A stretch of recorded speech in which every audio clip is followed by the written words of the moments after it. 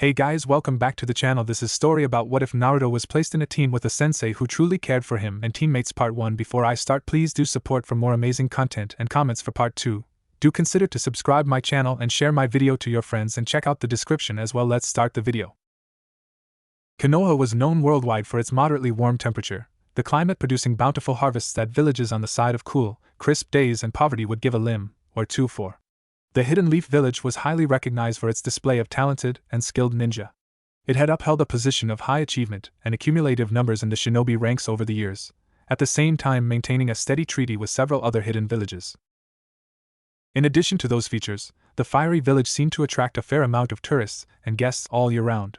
Families that just happened to have a spare amount of fortune often chose to take to the village where no shadow remained a patch of darkness for long. As it was, there were several sites worthy of classification as tourist attractions, one being the infamous Hokage Tower, and the other the Hokage Monument, a large, intricately carved slab of stone that depicted the previous and current Hokages. And, as today's family of tourists would soon discover, it appeared to be traditional to slather paint over the preserved stone faces, inscribing various scribbles and uncouthly remarks. All in broad daylight, too. A businessman from mainland, a father of 2 young children, cleared his throat and tapped the shoulder of the Chunin shinobi that had been assigned to produce a tour of the village for the family. "Excuse me, good sir," he said, a slight tone of disapproval apparent in his deep voice. The Chunin turned to face the man. He did well to disguise the expression of utter boredom and chagrin. If there was one thing Hitan Kiyoshi happened to label near the top of his list of idiotic doings I refuse to subject myself but am forced to list, it would be leading such sightseers around the village. He had been Chunin for 8 years, had been denied the opportunity to rise in rank to Jounin, and quite honestly, he was pissed off. As he laid his dulled gaze on the businessman referring he, a toughened shinobi, as a good sir, he had the sudden urge to teach the man exactly what a good sir such as Kiyoshi was capable of.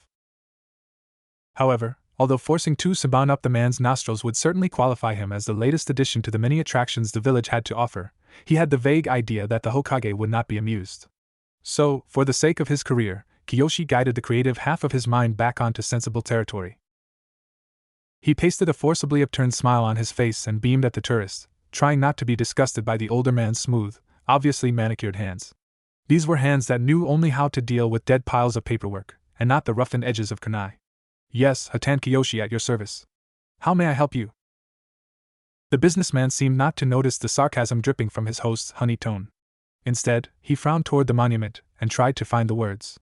"Please correct me if I am wrong," but it did not so much as hint in the brochure that such outrageously inappropriate acts would the man's face flushed to a peculiar shade of violet as his eyes slanted into slits. Kiyoshi rolled his eyes. "Trust the high and mighty to make such a big deal out of the simplest matters." "Yes?" he prompted, unable to prevent his toe from tapping on the pavement, dangerously close to the man's polished shoes. Dust lingered in the thin morning air. The man's wife returned and she glanced at her husband with an inquiring look in her eyes, her hands suspiciously guiding her children's curious gazes away from the big rock thingy. The businessman slipped his arm around his wife's slender shoulders and they shuffled backward, away from their guide. It was about time for Kiyoshi to snap, and he did. "What?" he growled, irritated. "I doubt Hokage-sama would appreciate your disrespect toward his predecessors." The man's lips twitched. "I suggest you see for yourself," he grumbled, turning his small family away. "Up there." Kiyoshi glanced up at the Hokage stone. "Nothing is out of place," he called after the tourists. "Hey, come back," and his voice broke off as he snapped his head around to stare at the monument again. 3 seconds passed, and then his eyes narrowed. He groaned and slapped a hand to his forehead. "Oh no, not again. Naruto!" As if on cue, an obnoxiously loud wahoo filled the air, and Kiyoshi whipped around to see a blond, blue-eyed boy breaking away from the Hokage monument and diving down to the earth, cackling as fluorescent paint spilled in his wake. Furiously, the Chunin whipped out his short-distance communicator, but raising the alarm was unnecessary. The patrols, fortunately, were not blind. They materialized within seconds, as if they had done this many times before. And they had. Kiyoshi dashed forward to intercept the troublemaker. "Get back here, Uzumaki!" he snarled, arms outstretched. "You aren't going anywhere but the Hokage's office." "Oh, shut up! Just because you don't have the guts." The boy laughed, and bounded upward. Kiyoshi growled and leapt after him, grappling for the blonde in midair. He succeeded in relieving him of the buckets of paint, and as they both watched in fascination, the colorful fluid spilled over the street, splattering over the family of tourists that Kiyoshi had been leading. Kiyoshi fell away from Naruto, hissing curses and bidding farewell to his chances of getting taken off tourist duty. Strangely, despite the torturous scrubbing down he would receive from his superiors later, he had to admit that the businessman's angry sputters were music to his ears. Naruto laughed once more at the color-coded family before leaping off a roof into the next street. He glanced back to see a handful of uniformed chunin pursuing him. He even recognized some of the threatening faces. Grinning, the boy turned his head to stick his tongue out at them. He should not have gloated, he realized, when they pushed in another trickle of speed and started closing the distance between the two groups. He skidded on the dirt road into a smaller alleyway. He dashed into an empty side street, eyes flickering from side to side as his devious mind started to put together an escape plan. It had been a pleasure earning his own fan club, but it would not suffice if his great achievement ended with him in another staring match with Old Man Hokage.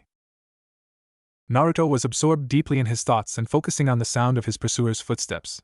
He jumped, literally, when a hand dropped lightly onto his shoulder. He yelped as if shocked and his feet left the ground a good 3 inches. He turned and stumbled back a few steps. He found himself facing a tall woman with long, flowing dark hair and eyes that glinted crimson in the midday sunlight. Naruto found himself blinking at the woman's choice of clothing, a set of wraps that strangely resembled bandages wrapped around her upper body, a single red sleeve protruding to cover her right arm. Swallowing became somewhat difficult as his gaze flickered upward to the Konoha Hittite that adorned her forehead. Judging from her questionable uniform, she was not a chunin. Busted.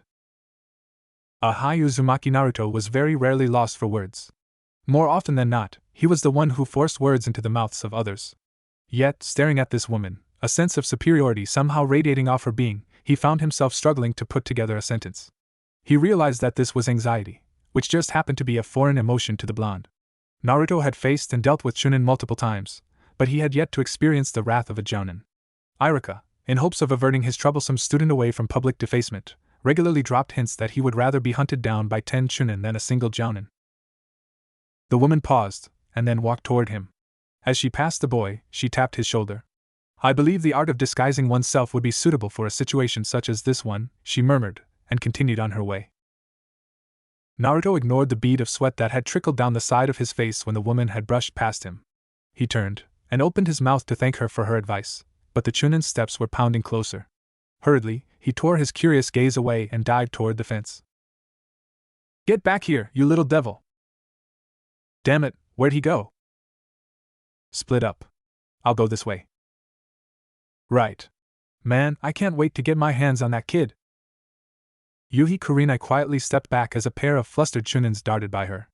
They had not thought at all to question her, this courtesy of the low-level genjutsu she had concealed herself with. A game of cat and mouse in which the number of felines greatly outnumbered the rodent barely seemed righteous in Kurenai's eyes. She paused to glance back at the boy she had passed. For a moment, she wondered if she had unconsciously cast her genjutsu on a wider basis.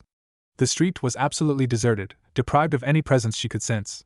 It wasn't until half a minute later, when the cause of the commotion materialized from the fence, that Kurenai realized that he had been there the entire time, skillfully concealed. An eyebrow arced up. The boy would have done well without her advice. He had the look of one who had attempted such escape tactics a great number of times, and had been caught on a collection of occasions, from the look of it. Kurenai watched with a slightly bemused smile as an academy instructor appeared behind the blonde boy, hands on hips and an expression torn between amusement and strictness on his face. "Naruto!" the man screamed in the boy's ear. Kurenai's lips twitched as the short blonde was led away by his teacher, cupping his ear against the pain. "So this is Uzumaki Naruto," she mused. Yumino Irika did not know what to do with the blonde boy bound on the floor before him. Naruto, he was a handful. A bright ball of energy that refused to exhaust. The chunin sighed and leaned over, forcing a hard glare into his eyes. "What were you doing out of class, Naruto?" he demanded, ignoring the giggles of the other students in his class, apparently amused by their classmates' behavior. "Painting that big rock up there," Naruto replied in a loud, boisterous voice. He struggled into a sitting position, his olive goggles slipping over one eye as he did so. "I'll be up there soon enough, just you watch. I'm gonna be the Hokage." "Idiot!" Irika scolded. He raised a threatening fist. "You have your graduation exam tomorrow, and here you are playing around and stuffing up like a drunken monkey. How are you going to become the greatest ninja of the Leaf Village if you can't make it past academy rank?" Naruto recoiled slightly, but quickly bounced back with a retort on his tongue. "So? If I can't be a genin or a jounin or whatever, what does it matter? I'll find a way." There's no rule that says you have to be on the top of the ladder to be Hokage. See? I know my stuff. The boy's determination struck Iruka, as it had so many times before. Attention seeker he may be, Naruto had a hell of a lot of confidence when it came to his ambition to surpass those who looked down on him. His endless pranks were understandable. The blonde sought to be the center of attention, to be recognized. Iruka understood that Naruto had been shunned by the majority of the village since birth, and the isolation reminded the Chunin painfully of himself. Am I doing this the wrong way? He questioned himself. It would make your job a lot easier, Iruka said in a much softer tone. Naruto jammed his tongue out and struggled some more against his bindings. Doesn't mean I can't do it the hard way, does it? He challenged. I'm going to be Hokage no matter what, you got me? Believe it. The discussion was started to fade. Iruka sighed and ran a hand through his hair. Fine. But this still doesn't excuse you from skipping class. 30 laps around the courtyard, and then you're going to scrub off whatever you did to the Hokage stone. The Chunin knelt down to undo the rope that bound Naruto's hands to his back. As he worked with the knots, Iruka could not resist but murmur in the boy's ear, being Hokage is hard, Naruto. Don't you have any backup ambitions? Later, he kicked himself for not foreseeing what came next. Sure I do, Naruto boasted. He grinned and turned his head to his classmates, focusing on one in particular. Hey, Sakura-chan. Will you go out with me? Pretty please? A breath of silence was all the peace Iruka received before a pink-haired girl wordlessly pushed her chair back and stormed down the steps. The Chunin could practically hear the death threats stirring in her mind. Given Haruno Sakura's ingenuity, he did not doubt that every single one of them promised much pain. Sakura, get back to your seat, Iruka said, his order falling on deaf ears as the enraged girl advanced. The Chunin winced at the amount of murderous intent that his student exuded. Despite the trouble he had caused, not even Naruto deserved to be castrated at such a young age. Moving swiftly, he tucked a protesting Naruto under one arm, stalked to the window and tossed the boy out onto the courtyard. Woo-wah! Iruka-sensei Thiao. Practice your rope escape technique, Iruka called distractedly, before snapping the window shut. See? He's gone now, Sakura. Come on, back to your seat please. But Iruka-sensei, she protested. She pointed an accusing finger at Naruto, just visible over the windowsill. She could not even express her indignity. Yamanaka Ino propped her elbow up on her desk, smirking. Made fun of your big forehead? That's normal, Sakura. Iruka's face caught the bristling attack of Sakura's hair as she whipped around to glare at her rival. Shut up, Ino pig. Excuse me? Giant forehead. 2 seats away from Ino, Naro Shikamaru grumbled and shifted his head on the pillow he had made of his arms. How troublesome, he muttered. Iruka could not agree more with his lazy student. The academy brought back fond memories of childhood and the rise to a shinobi. Especially childhood and the friendship that had accompanied such. Yuhi Kurenai would know. Her path and achievements had stemmed from this very place, the slightly run-down clutter of buildings in the center of the village. She was standing on a branch of the taller trees that fringed the academy's boundaries. It was lunchtime, and the children had spilled onto the courtyard. A couple of instructors left the main building for their own quarters, relieved that they had finally escaped the hellhole of their respective classrooms. It was the day of the graduation exam, and it seemed that the students were particularly uptight about the event. And, as all academy instructors had discovered today, excess energy, anxiety included, was usually vented out as quickly as possible in the most creative forms. Kurenai silently gazed down at the students. There was a curious amount of talent in this generation of potential shinobi. Some of the well-known clans in Konoha had chipped in their next generation. Kurenai noticed a Nara, Yamanaka and Akimichi among the students, knowing that, if they made genin, they would most likely be placed on the same team. There were few students that had not come from such clans, but even then they displayed promise. Earlier that day Kurenai had stopped by to observe one of the classes, and she had seen a pink-haired girl produce an impressive description of the summoning jutsu, a technique that was well being in academy students' knowledge. Yes, Kurenai decided, quite a lot of genin would be produced with this year's harvest, and she knew that the chances of her being dismissed from the duty of heading a team was minimal. The third Hokage had already asked her the previous day to take a genin team under her wing. Kurenai did not appreciate such, preferring to work on her own, but it was rather difficult to refuse. After the genin exam, she would attend a meeting with the other selected jounin and the academy instructors to discuss the composition of the teams. A person who did not particularly take to waiting, Kurenai had decided to make use of her time. It was profoundly difficult to work with a team that was foreign to you, and to compensate for that, she had taken it upon herself to grasp the personalities of the future genin before it came to the team selections. The students seemed to each portray their own lifestyle and interests in their movements, even the slightest upturn of a word betraying their emotions. The only one Kurenai could recognize was the Hyuga girl, Hinata. The girl was painfully shy, just as she had been the first time Kurenai had met her. Hyuga Hayashi had given up on his eldest daughter and had arranged for her training to be overseen by the academy, himself focusing his time on Hinata's younger sister, who, admittedly, displayed more promise than the older of the siblings. Kurenai pondered on the possibility of nominating Hinata to be on her team, but then realized that it would take some convincing, the girl being a Hyuga and therefore a great asset to whichever team she was assigned, regardless of whether or not she happened to be the failure her father accused her to be.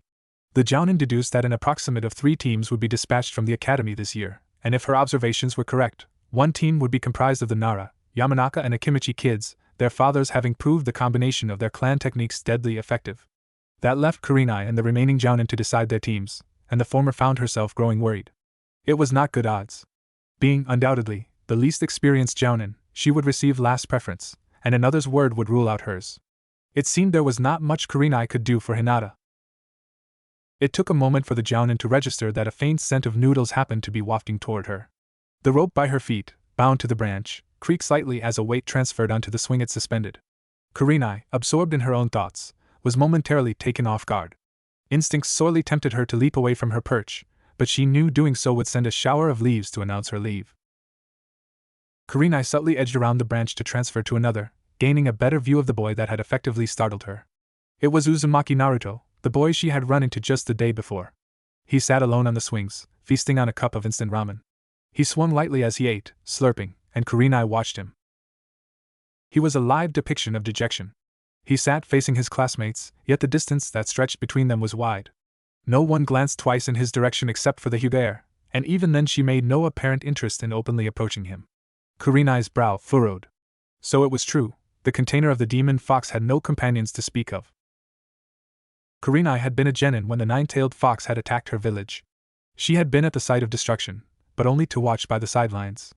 Her sensei and a teammate had been slaughtered in the first minutes of the struggle against mankind and the demon counterpart of humanity. And all the red-eyed genin had been able to do was scream and clutch at her remaining teammate as they retreated away from the mangled bodies of their broken team. Kurenai did not know if it was resentment or fascination that drew her toward the blonde kid on the swings. She ruled out resentment, deciding that even if it was such emotion responsible for her interest in the boy, he did not deserve such mistreatment. It was not like he'd had a say in the killings, or the fact that he was the oblivious host of Konoha's most hated demon. He was not murderous by nature or a terrible demon. He was, in comparison, friendly, attention-seeking and open to warm emotions. It intrigued Kurenai that Naruto could still smile through the pains of his childhood. She did not know him well, but she often caught the whispers of conversation as she walked the streets of the village. As it was, the Jounin had yet to hear a friendly comment regarding the boy exchanged among the villagers. Naruto was forever pranking and it seemed to have produced the results he yearned for. He drew attention, lots of it. His defacing of the Hokage monument the day before had earned more shake of heads than Kurenai could remember. However, the fact that the frozen faces of the revered Hokages displayed no hints of the abuse they had endured the day before when Kurenai had glanced toward it earlier that morning told her that the boy was willing to accept responsibility. It would not be the work of others. No one would assist the demon child. Naruto must have stayed up in the night to scrub off his handiwork. Whether it was the order of his teacher or not, it did not matter. As far as Kurenai was concerned, the boy did not disregard his responsibility, and that was a treasured characteristic of a successful shinobi. A drill that happened to be the academy's bell pierced the air. Kurenai glanced around the courtyard as the students unwillingly returned to their classrooms. Naruto followed them, confidently striding toward class as if he had no care in the world, as if no genin exam was going to hold him back. She took him for his assurance, and wished him good luck as he slipped into the building. It came as a surprise to discover that Uzumaki Naruto's name was not amongst the list of graduates that the third Hokage announced at the Jounin meeting. There were only 8 graduates, one short of forming 3 full teams. One team would have to make do with 2 genin, and Kakashi had volunteered to lead that team. His only specification had been the Uchiha, an understandable development with credit to the Sharingan the renowned copy ninja happened to possess. The Hokage gave him his preference without question. Kurenai happened to be adept at reading body language, a skill honed from many hours of sitting by the lake and occupying herself by analyzing those that passed her. The extent at which those of her gender expressed their open generosity often appalled her, The same way such a matter had while observing the academy students, Uchiha Sasuke appeared to have gathered his own fan club, one he reluctantly accepted but refused to acknowledge in existence. The Jounin deduced by the low tone in the third Hokage's voice and the lessened frequency at which he inhaled from his pipe that he was disturbed by an unknown factor. However, Kurenai happened to know that the Hokage and Naruto maintained a friendly relationship. She wagered most of her confidence on the likelihood that Naruto's failure to pass the graduation exam had disappointed the old man. Sarutobi cleared his throat to address Kakashi. You require one more genin to complete your team, Kakashi. Which of the remaining 7 do you have in mind? The one-eyed Jounin turned the page of the little orange book he had been reading. The Hyuga heir. Kurenai sighed.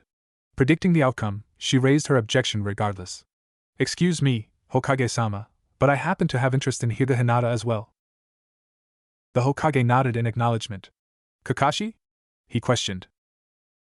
Please explain, the silver-haired man said in response, glancing up briefly from his book. The gaze he held with Kurenai was friendly yet chillingly demanding. She returned it coolly. Hinata seems to have issues with her self-esteem, she said, choosing her words carefully and drawing them out at a painfully considered pace. To place her in a paired teamwork with one such as Uchiha Sasuke would intimidate her. That doesn't really answer my question, Kakashi said lightly. Kurenai realized now how weak her argument had come out. She silently apologized to Hinata, knowing that she could do no more for the girl. Before she could voice her withdrawal regarding Hinata Hyuga's team placing, a Chunin entered the room without knocking, flustered and puffing. Kurenai raised an eyebrow at the man's lack of etiquette until the news was delivered. Lord Hokage! Uzumaki Naruto has stolen the scroll of sealing. Yamano Irika paled and excused himself from the meeting, rushing off to join the search. Kurenai recognized him as Naruto's academy teacher, and deduced that the man held Naruto's existence to be of significance. She was pleased to discover that Naruto had someone who seemed to care about him, one who showed the opposite emotion to what one would display upon hearing that the boy had violated rules. From her observations, Naruto was gentle by nature. The pranks he pulled were not designed to offend or hurt in any way. It concerned Kurenai to ponder on what had provoked him to change in such a short matter of time. She noticed that Asuma had taken advantage of the distraction to light a cigarette. Sure we shouldn't join the search? He said, though Kurenai suspected that his offer was half-hearted and introduced more to suggest his responsibility as a Jounin and Sandame's son rather than display it. Sarutobi Asuma did not bother himself with matters that unnecessarily crossed the boundaries to his job description. The meeting continued as if there had been no interruption. Kakashi, his team decided, tuned out of the conversation and retreated to a corner with his annoyingly perverted books that Kurenai swore to relieve from his possession one day. Asuma had, predictably, offered to take the Ino Shikacho generation. That left Kurenai with the pink-haired Haruno girl, the Inuzuka and the Aburame, to which she reluctantly agreed to. It was well into nightfall by the time they finished off the meeting. Just as Kurenai was leaning back in her chair to stretch her stiff frame, there was another interruption, this one coming in the form of one battered Yamano Irika. He did not appear to be in the best of conditions, with several gashes across his limbs and a particularly large wound in his back. For someone as injured as he, Irika seemed to be strangely optimistic. The Hokage got up with a faint smile and took the Chunin to one side, and the two conversed in a low voice. Asuma groaned and reached for a new cigarette. Can't we just get this over and done with already? Kurenai gave him a pointed look. Only women need beauty sleep. You're talking, he retorted with an irritatingly convincing grin on his face. The third nodded and dismissed Irika from the room. He turned back to the Jounin and gave a small shrug of his shoulders, which Kurenai now noted to be a cheerful gesture. It appears that the 3 of you must remain in an old man's company a while longer. We now have enough genin to compensate for 3 complete teams. Uzumaki Naruto has joined the ranks of the graduates. You said he failed, Asuma pointed out. Mizuki betrayed us. He convinced Naruto to steal the scroll with the lie that he would be able to graduate if he learned the techniques contained within. Naruto has indeed managed to master one of the jutsu, and he utilized it effectively to come to Irika's aid. For this reason, Irika graduated him. For the first time in hours, Kakashi appeared to be interested. He did not look up from his book, but added in his voice. Which technique would this be? He inquired, though he had a good inkling of the response he might be receiving. Sarutobi smiled a genuine smile that Kurenai had not seen for a long time. Kage Bunshin no Jutsu. According to Irika, Naruto produced scores of clones, filling the forest with them. The Hokage's tone dropped. However, it appears that all forms of joy come at a price. Naruto now knows about his prisoner. Kurenai heard a sharp intake of breath that she failed to identify. It took her a moment to realize that it had come from herself. Is it wise to allow him to become a ninja now that he knows? Kakashi questioned. He was unusually solemn. I don't see why not, Kurenai cut in, before the Hokage could answer. She stared unblinkingly at her fellow jounin. The boy has proven himself to be an asset to the village, why should we stunt his progress? Pleased to hear that someone was standing up for Naruto, the third Hokage smiled at Kurenai and nodded in agreement. Naruto will continue on his path to become a shinobi. Now, the matter settled, I believe Naruto should be placed under Kakashi's tutelage, given the fact that he has a vacant position available. Kurenai found that she was not particularly satisfied with the turnout. Hokage-sama, she said quietly. It is in my interest to transfer Uzumaki Naruto to my own team. She whispered a silent apology to Kakashi, having clashed with him on 2 occasions over the team compositions. She was relieved to note that the copy ninja held only a bemused expression on his face. Hatake Kakashi was not one you would want to cross rocky paths with. Is it truly in your interest to do so? Sarutobi asked her. Yes. I believe I can guide Naruto correctly. Kurenai immediately berated herself for her choice of words. Meaning I can't? Kakashi asked with a slight chuckle. Don't be mistaken, he added when Kurenai appeared to be on the verge of voicing another apology. I don't mean that I object to your request. Kurenai smiled to show her appreciation and said nothing else. Sarutobi grumbled. He blew out a perfect ring of smoke and pensively watched it drift toward the ceiling. Kakashi Asuma, I am going to ask you to wait outside for a moment. The 2 jounin got up and left without a word. Kurenai found herself alone with the third Hokage. This was a man that had been personally handpicked by his predecessors, a man that, in his prime, had shaken shinobi with the mere mention of his name. It was impossible not to feel uptight in his sole presence. Sarutobi considered himself a rational man. Throughout his 60 years, he had made only precise decisions, ones carefully calculated and thought over sleepless nights before initiated. On the day that he had been deciding his successor, he had stayed up all night to ponder the candidates, painting himself by eliminating his own lusted student from the list and nominating another man, one who loved the village as much as Sarutobi himself did. Again, on the night Yondaime lost his life to defend the village, the old man did not receive much sleep. And now, with the fourth son, the container of a widely feared and powerful demon, Sarutobi had to carefully consider his options as he did each and every day. He moved to sit down behind his desk, clasping his hands before him. Leaning forward, he regarded the young woman before him. Sarutobi believed he remembered Yuhi Kurenai from her childhood. It must have been many years ago, and had his memory been faultier he would not have recognized this woman as the weeping child he had encountered just hours after the Kyuubi had launched its first attack on the village. She had been so small, so fragile back then. A child who stood sobbing in the rain, drenched in blood that seeped through her clothing to her bare skin, and an unconscious teammate on her back. Sarutobi remembered relieving the young girl of her burden and enveloping her in his own arms, her face buried against his arm, crying until she exhausted both her tears and herself. It was difficult to picture Kurenai as she currently was as her younger, 17-year-old self. Back then she had been a fresh chunin, and now she had become a grown woman, a jounin handling her own team. I was under the assumption that you were intending to lead a tracking team, the aging Hokage said. I don't understand why you would consider Naruto an asset to a team that focuses on something he does not and frankly, might not be able to specialize in. Kurenai smiled ruefully as if she knew exactly what her superior was talking about. I would rather my team be one that is capable of handling all the fields. Continue. You may not be aware of this, Lord Hokage, Kurenai began in a soft voice that was barely a whisper, but my chunin team specialized in tracking. We tracked well, and those same skills led Kuda-sensei and my teammate Masuru to their deaths. We were the team that led the first wave of Konoha's forces to the Demon Fox. It was our team that fell first. She clenched and loosened her fist, shifting her gaze elsewhere. I don't want my team to go through what I had to. I want to provide them with choices and opportunities. Sarutobi's conscience did not fare off very well at the realization that he had dug up the young woman's painful memories. Then what do you propose? He asked gently, offering her a kind smile. A team bound by no specifications, comprised of Inuzuka Kiba, Haruno Sakura and Uzumaki Naruto. Kurenai just knew that this was not going to fly well, and she braced herself for it. A bemused smile crinkled the third's aged skin. As I understand, Sakura does not seem to be very fond of Naruto. Kurenai took care not to think of Hinata, who had displayed hidden affections toward Naruto, knowing that she was confining the girl to a powerful and unusually stoic team. It is just a childish misunderstanding of boundaries between friendship and emotions beyond such. Kiba appears to be friendly by nature, as does his dog Akamaru. They should be able to accept Naruto. I think I can stabilize the differences between Naruto and Sakura and produce a recognizable team from these three genin. Her lips twitched. From what I've heard, I think placing Naruto and Uchiha Sasuke together would be an even more unwise decision. The third was forced to put forth the final hurdle.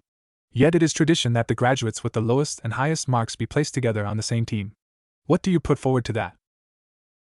With all due respect, Hokage-sama, Kurenai said, picking up the rebuttal with ease, I'm beginning to doubt the Academy's standards if a student capable of producing scores of shadow clones is still labeled the last of his graduate class.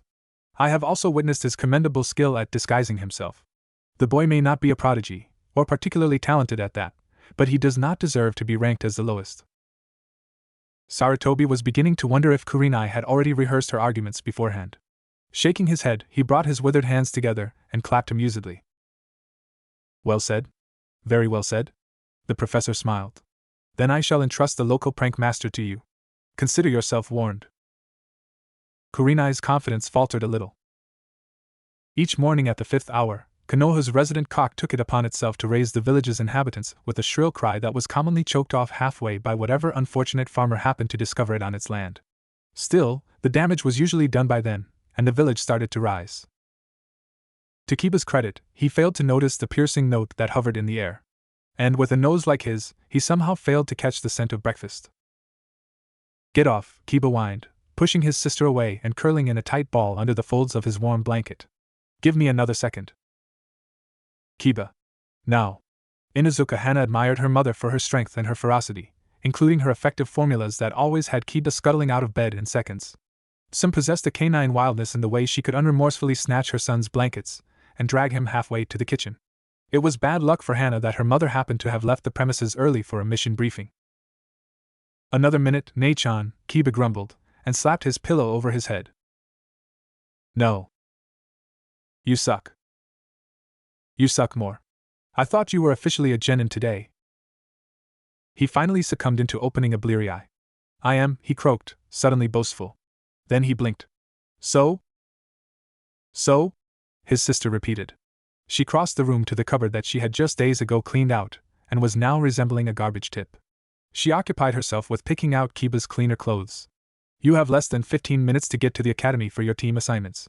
I doubt your team would appreciate it if you were late. Now get up.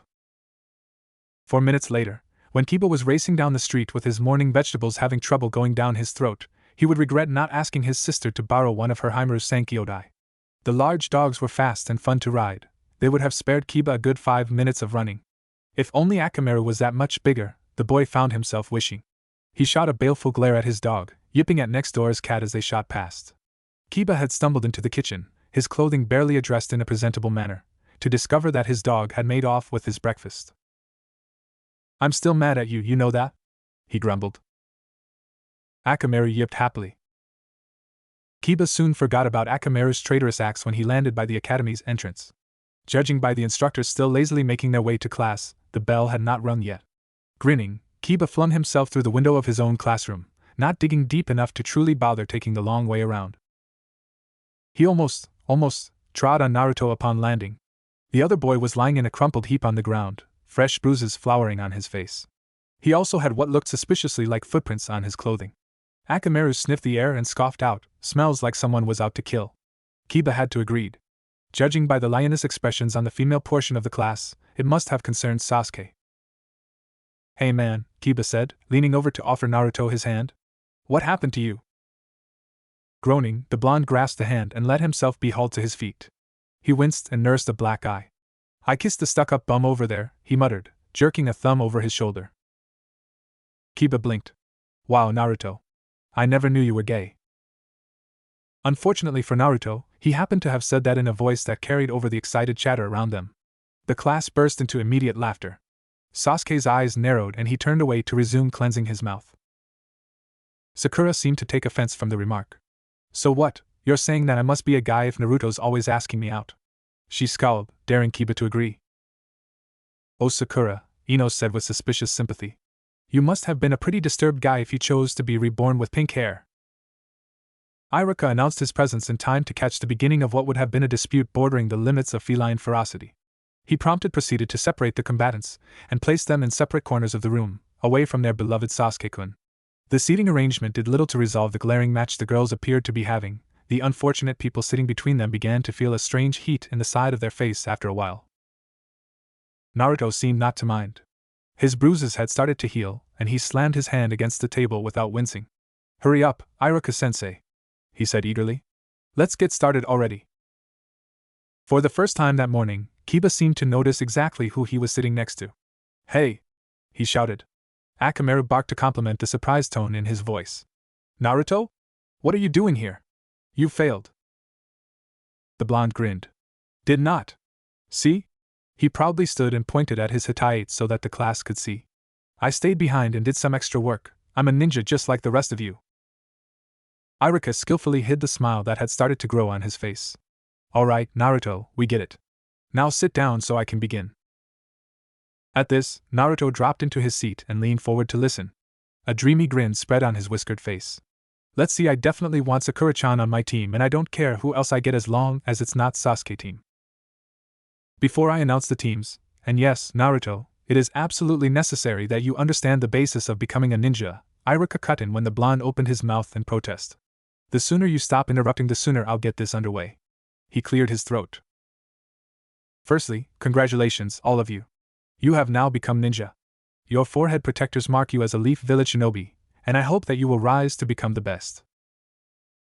Naruto and Kiba gave simultaneous impatient grunts, only to be ignored by the scarred man. "You are no longer academy students. The kunai you use will no longer be blunt and thrown at straw dummies. You will be entitled to missions, dangerous tasks that may take your life to complete. You have volunteered your services to the village, and simply by doing so, each of you is a hero to this land." He gave them a smile, the unvoiced sadness thickening his throat. "Your team," he continued, "will be as fundamental as the air you inhale. They will become your family. You will spend many years working with them, and there will be times when your life will depend on the actions and decisions of your teammates. You must respect, accept, and protect your friends. They are your precious people." The practice speech continued for another few minutes, and then Iruka began to announce the teams. He changed track from the traditional announcement to team components in a matter of seconds, and the genin barely had time to get excited before the first team was pronounced.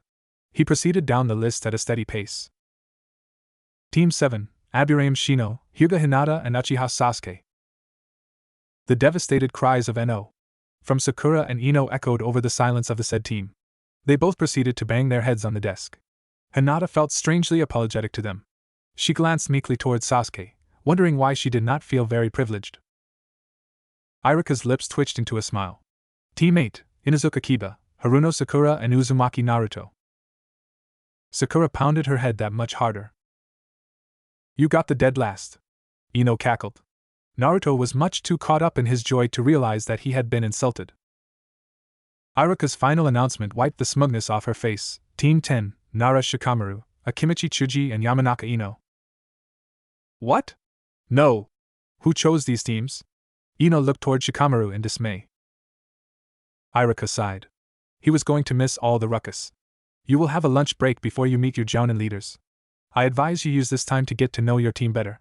Good luck, all of you." "Luck?" Naruto thought as his jaw started to hurt from the amount of grinning he had been doing. Who needs luck? The fact that Sakura-chan had been assigned to his team, Sasuke-free, was more of a miracle than a simple case of good fortune.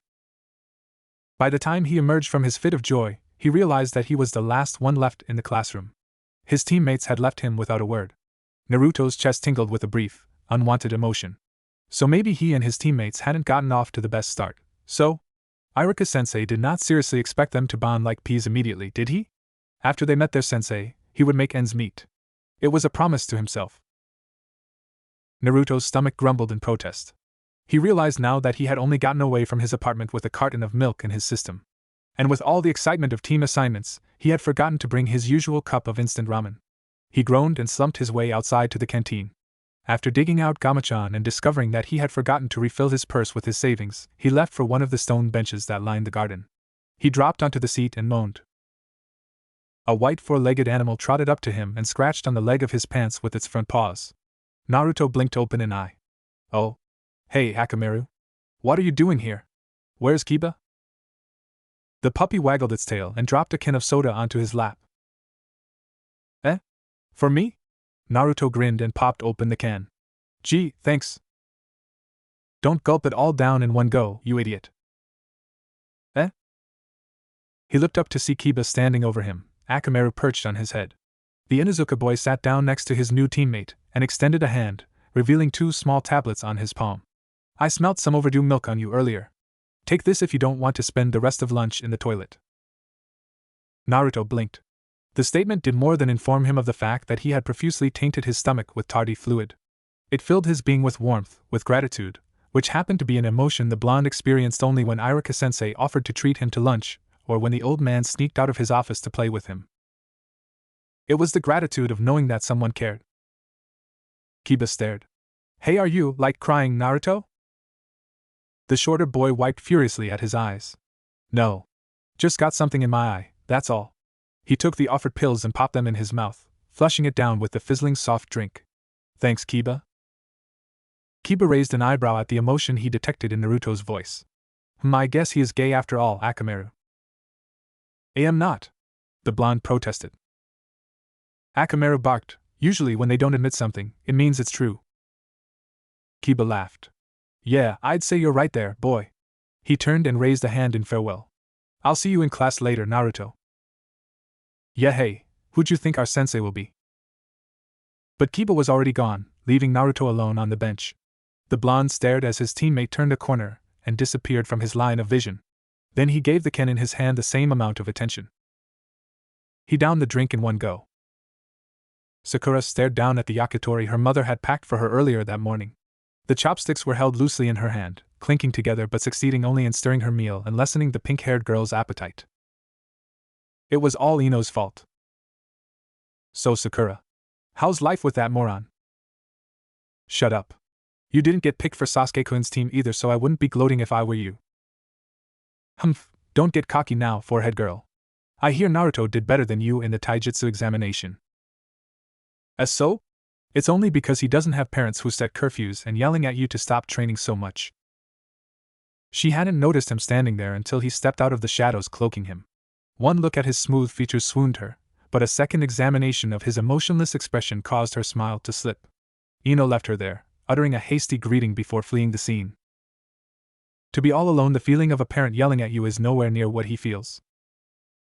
Sasuke-kun, it's just Naruto we're talking about. Why bother? You're ignorant. And annoying. Yes, it was Ino's fault. It must have been a devilish scheme. Now Sasuke was mad at her, and Sakura did not know what to do. She didn't even know what she'd done.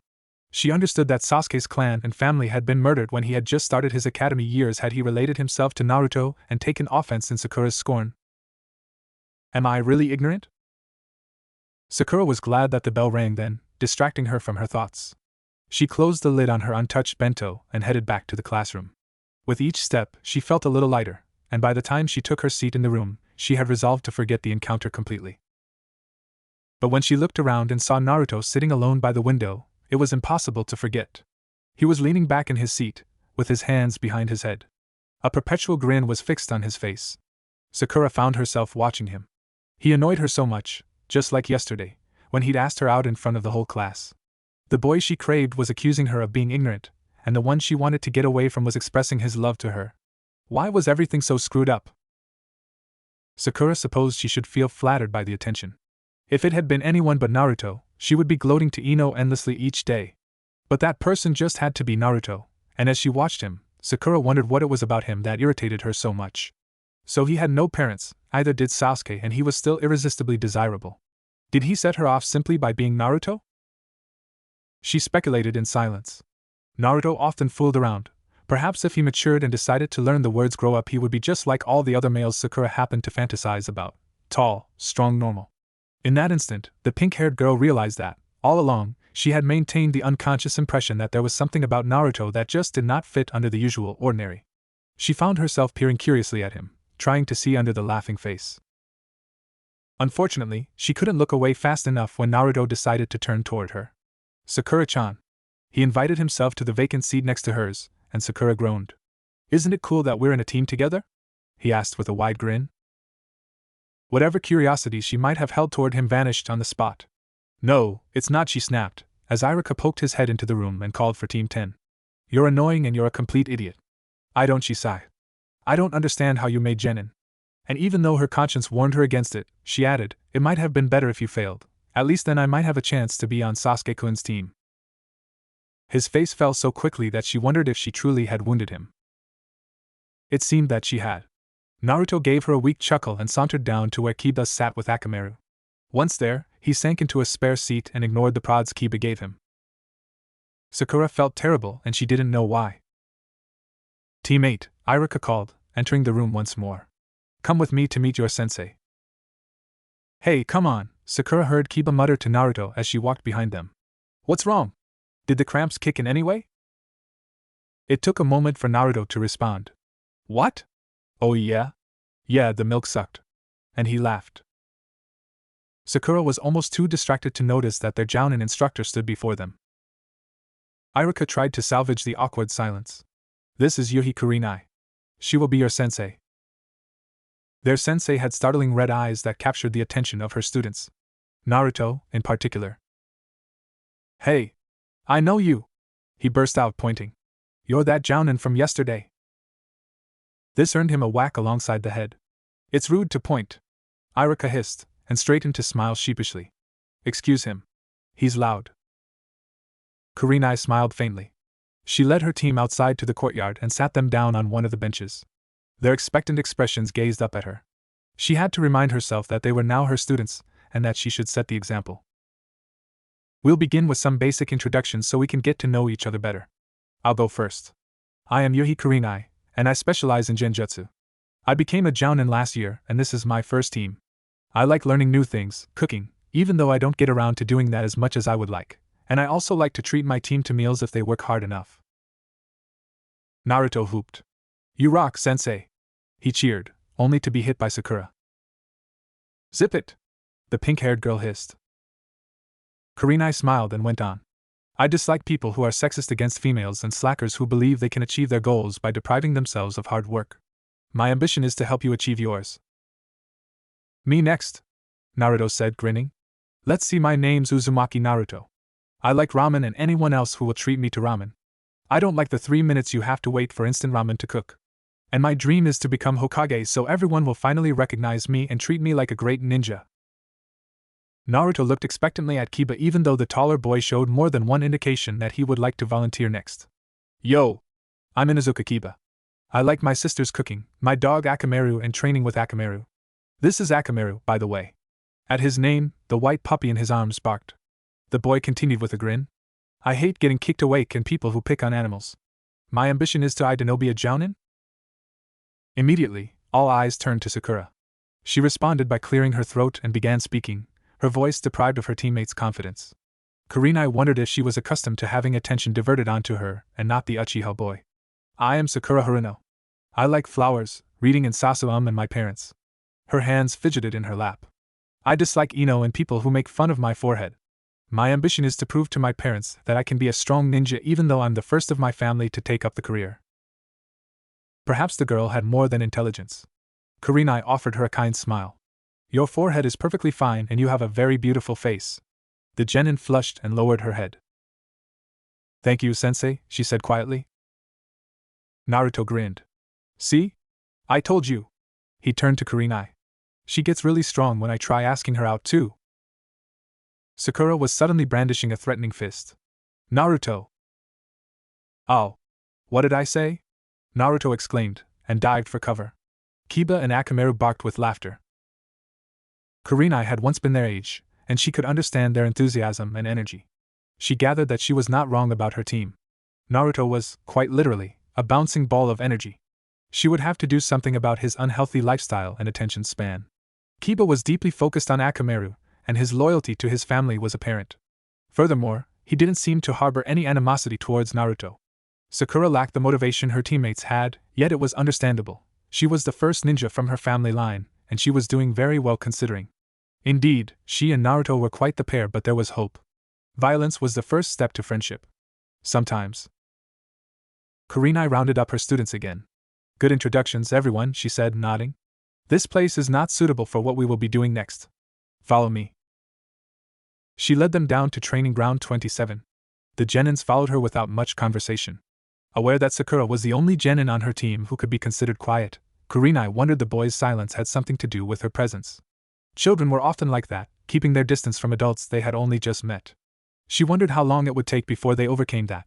Probably not very long for Naruto. Kurenai also noticed that her new students did not talk to each other either. They walked separately as if the thought of sticking together had not even occurred to them. They obviously were not on very close terms. Kurenai was surprised to see that Naruto did not try to challenge the distance between himself and Sakura.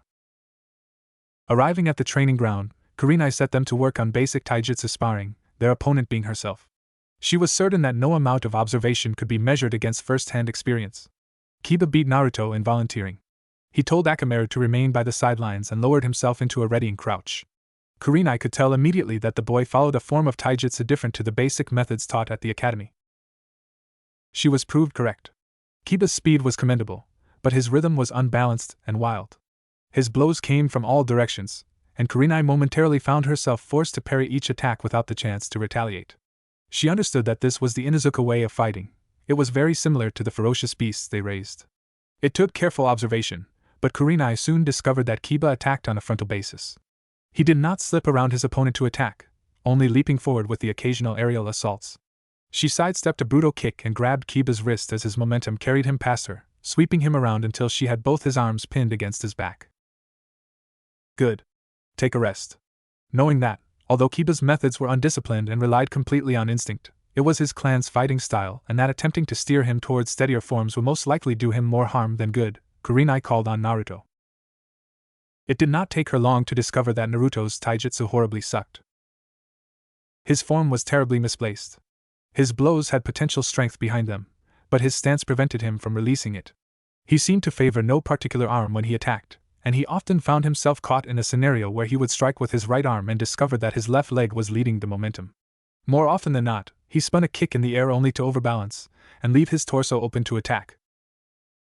Kurenai decided at once that Naruto required much assistance in taijutsu. Not particularly adept at the art, the jounin resolved to find another tutor for the blonde. Sakura, she called, and waved the girl over. Sakura quickly adapted a sound imitation of the academy's lecture taijutsu. Kurenai used imitation because that was all it really was. Sakura carried herself rigidly, as if she had memorized the technique and was trying to mimic it to perfection. She lacked instinct and her blows were weak and undeveloped, yet she had a strong knowledge of where to strike an opponent to induce the most damage. Although the girl appeared to have pieced out Kurenai's movements and committed them to memory, skillfully evading the harder blows, she could not produce a challenge worthy of the jounin's concentration. It appeared that Naruto would have a sparring partner. That gave me an insight on your individual skills, Kurenai said while her students rested and caught their breath. There is room for improvement, as there is for everything. We will discuss this another day. I would now like to see your utilization of your chakra and your favorite techniques. She was running through a basic assessment that jounins with half the common sense required would opt for. Naruto had a grin on his face as he stepped forward and formed a hand sign. Tajuu Kage Bunshin no Jutsu. Chakra seeped from his body at a visible rate, and soon the training ground was misted with smoke. Kurenai had never seen so much orange in her life. Naruto's duplicates blurred into existence, filling up the majority of the area. Kiba and Sakura gawked. Naruto waited a moment longer before releasing the jutsu. The clones dispersed, leaving the original looking very pleased with himself. Kiba whistled. Wow. Can you teach me? I would advise against that, Kurenai said smoothly.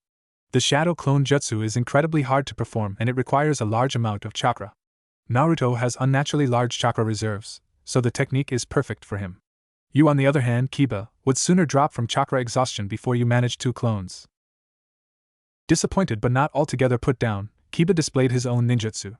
He performed a jutsu that transformed Akamaru into a carbon copy of himself, and the two of them demolished a row of trees in a powerful frenzy. The most intriguing performance was Sakura's genjutsu. It took Kurenai several moments to realize that the hundreds of Sakuras surrounding them were not shadow clones, but an illusion formed by manipulation of her own chakra system. She was impressed with the girl's chakra control. She had barely sensed the genjutsu take over. Noting that genjutsu was not stressed as a vital subject at the academy, Kurenai saw potential. If Sakura could manipulate genjutsu in such an effective manner, it would not be difficult for her to master other techniques. You all did very well, she said, and the genins absorbed the praise wholeheartedly. Most jounins present their team with an assessment of some sort to gather if they are truly capable of becoming genin. If they aren't, they will be sent back to the academy. I have. What? Kiba and Naruto yelled. The shorter of the pair jumped to his feet. You're saying I worked so hard to get here and I have to go through another test? No fair. Let me finish, Kurenai said, and waited until Sakura had forcibly pulled her teammates to the ground before continuing. I personally handpicked this team and I have confidence that you will do well.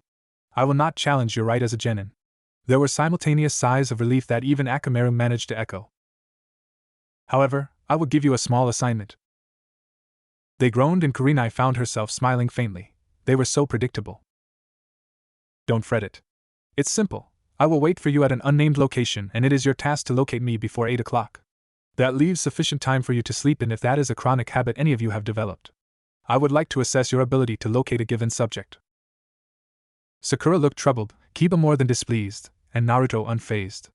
They came from varying levels of the demography, had completely different styles of fighting, and their personalities clashed. These three were exactly the sort of people who could make parallel lines meet. So many things could go wrong with this team. And surprisingly, Yuhi Kurenai was excited. She had set her alarm to go off at precisely 6:15 hour. That was, however, not to say that she particularly appreciated being roused from her slumber and being subjected to the chill of the early morning. It was the time of day where the sunlight that glanced off dew-glistened buildings was young and the birds were too occupied hunting down early prey to be bothered avoiding the short-tempered shopkeepers setting up their stalls. She made her own breakfast that morning. Her parents were still asleep and she took care not to wake them. There would be another unnecessary discussion if she did. The previous night, when she had trumped home, fatigued and with patches of dirt caking her outfit where Kurenai-sensei had knocked her to the ground, her parents had immediately proceeded to fuss over her. When she had finally convinced them that their poor pink baby was fine and highly annoyed, they backed off to shake their heads and telling her that she need not take down this path and that although they were proud of her achievement, determination and willingness to be unique, it was time to realize that some things were not necessary, which basically translated into, we don't like the idea of our daughter becoming a ninja. They had gone through this many times before. So she was the first ninja in her family line, so she wasn't accustomed to being thrown around like the first day of training had presented her. So she was not a boy. So she had pink hair that she had grown out to ridiculous lengths for the attention of a boy who looked upon her as ignorant. So what?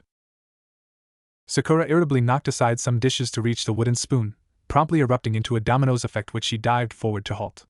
Holding her breath and several pieces of chinaware from their impending doom, the pink-haired girl listened intently for signs that her parents had been woken by the ruckus. When Sakura did not hear the usual creak of the fifth step on the staircase creak with her father's anxious steps, she gingerly replaced the dishes that she had disturbed and leaned over the steaming pot to stir at the miso soup. She poured it into a preheated thermos and started to prepare her bento, sticking in some dried seaweed and last night's fish. Sighing with regret that she knew would come back to haunt her when she got back after training, she left her parents a note on the kitchen counter to tell her that she would be home late. Once that was done, she shouldered her backpack and walked to the door. Be it surprise, annoyance, or suspicion, Sakura, to her credit, managed not to come to blows when she found a certain blonde sitting on her doorstep, his head ducking with sleep. She wisely closed the door behind her before sucking in a huge breath. Naruto! The blonde yelped and shot to his feet. He instantly became wide awake. Ohio, Sakura! I was wondering when you'd wake up. A vein in Sakura's temple twitched. Is he boldly accusing me of sleeping in? Save it, she said shortly, stepping out onto the street. Don't you have better things to do than sit outside my house?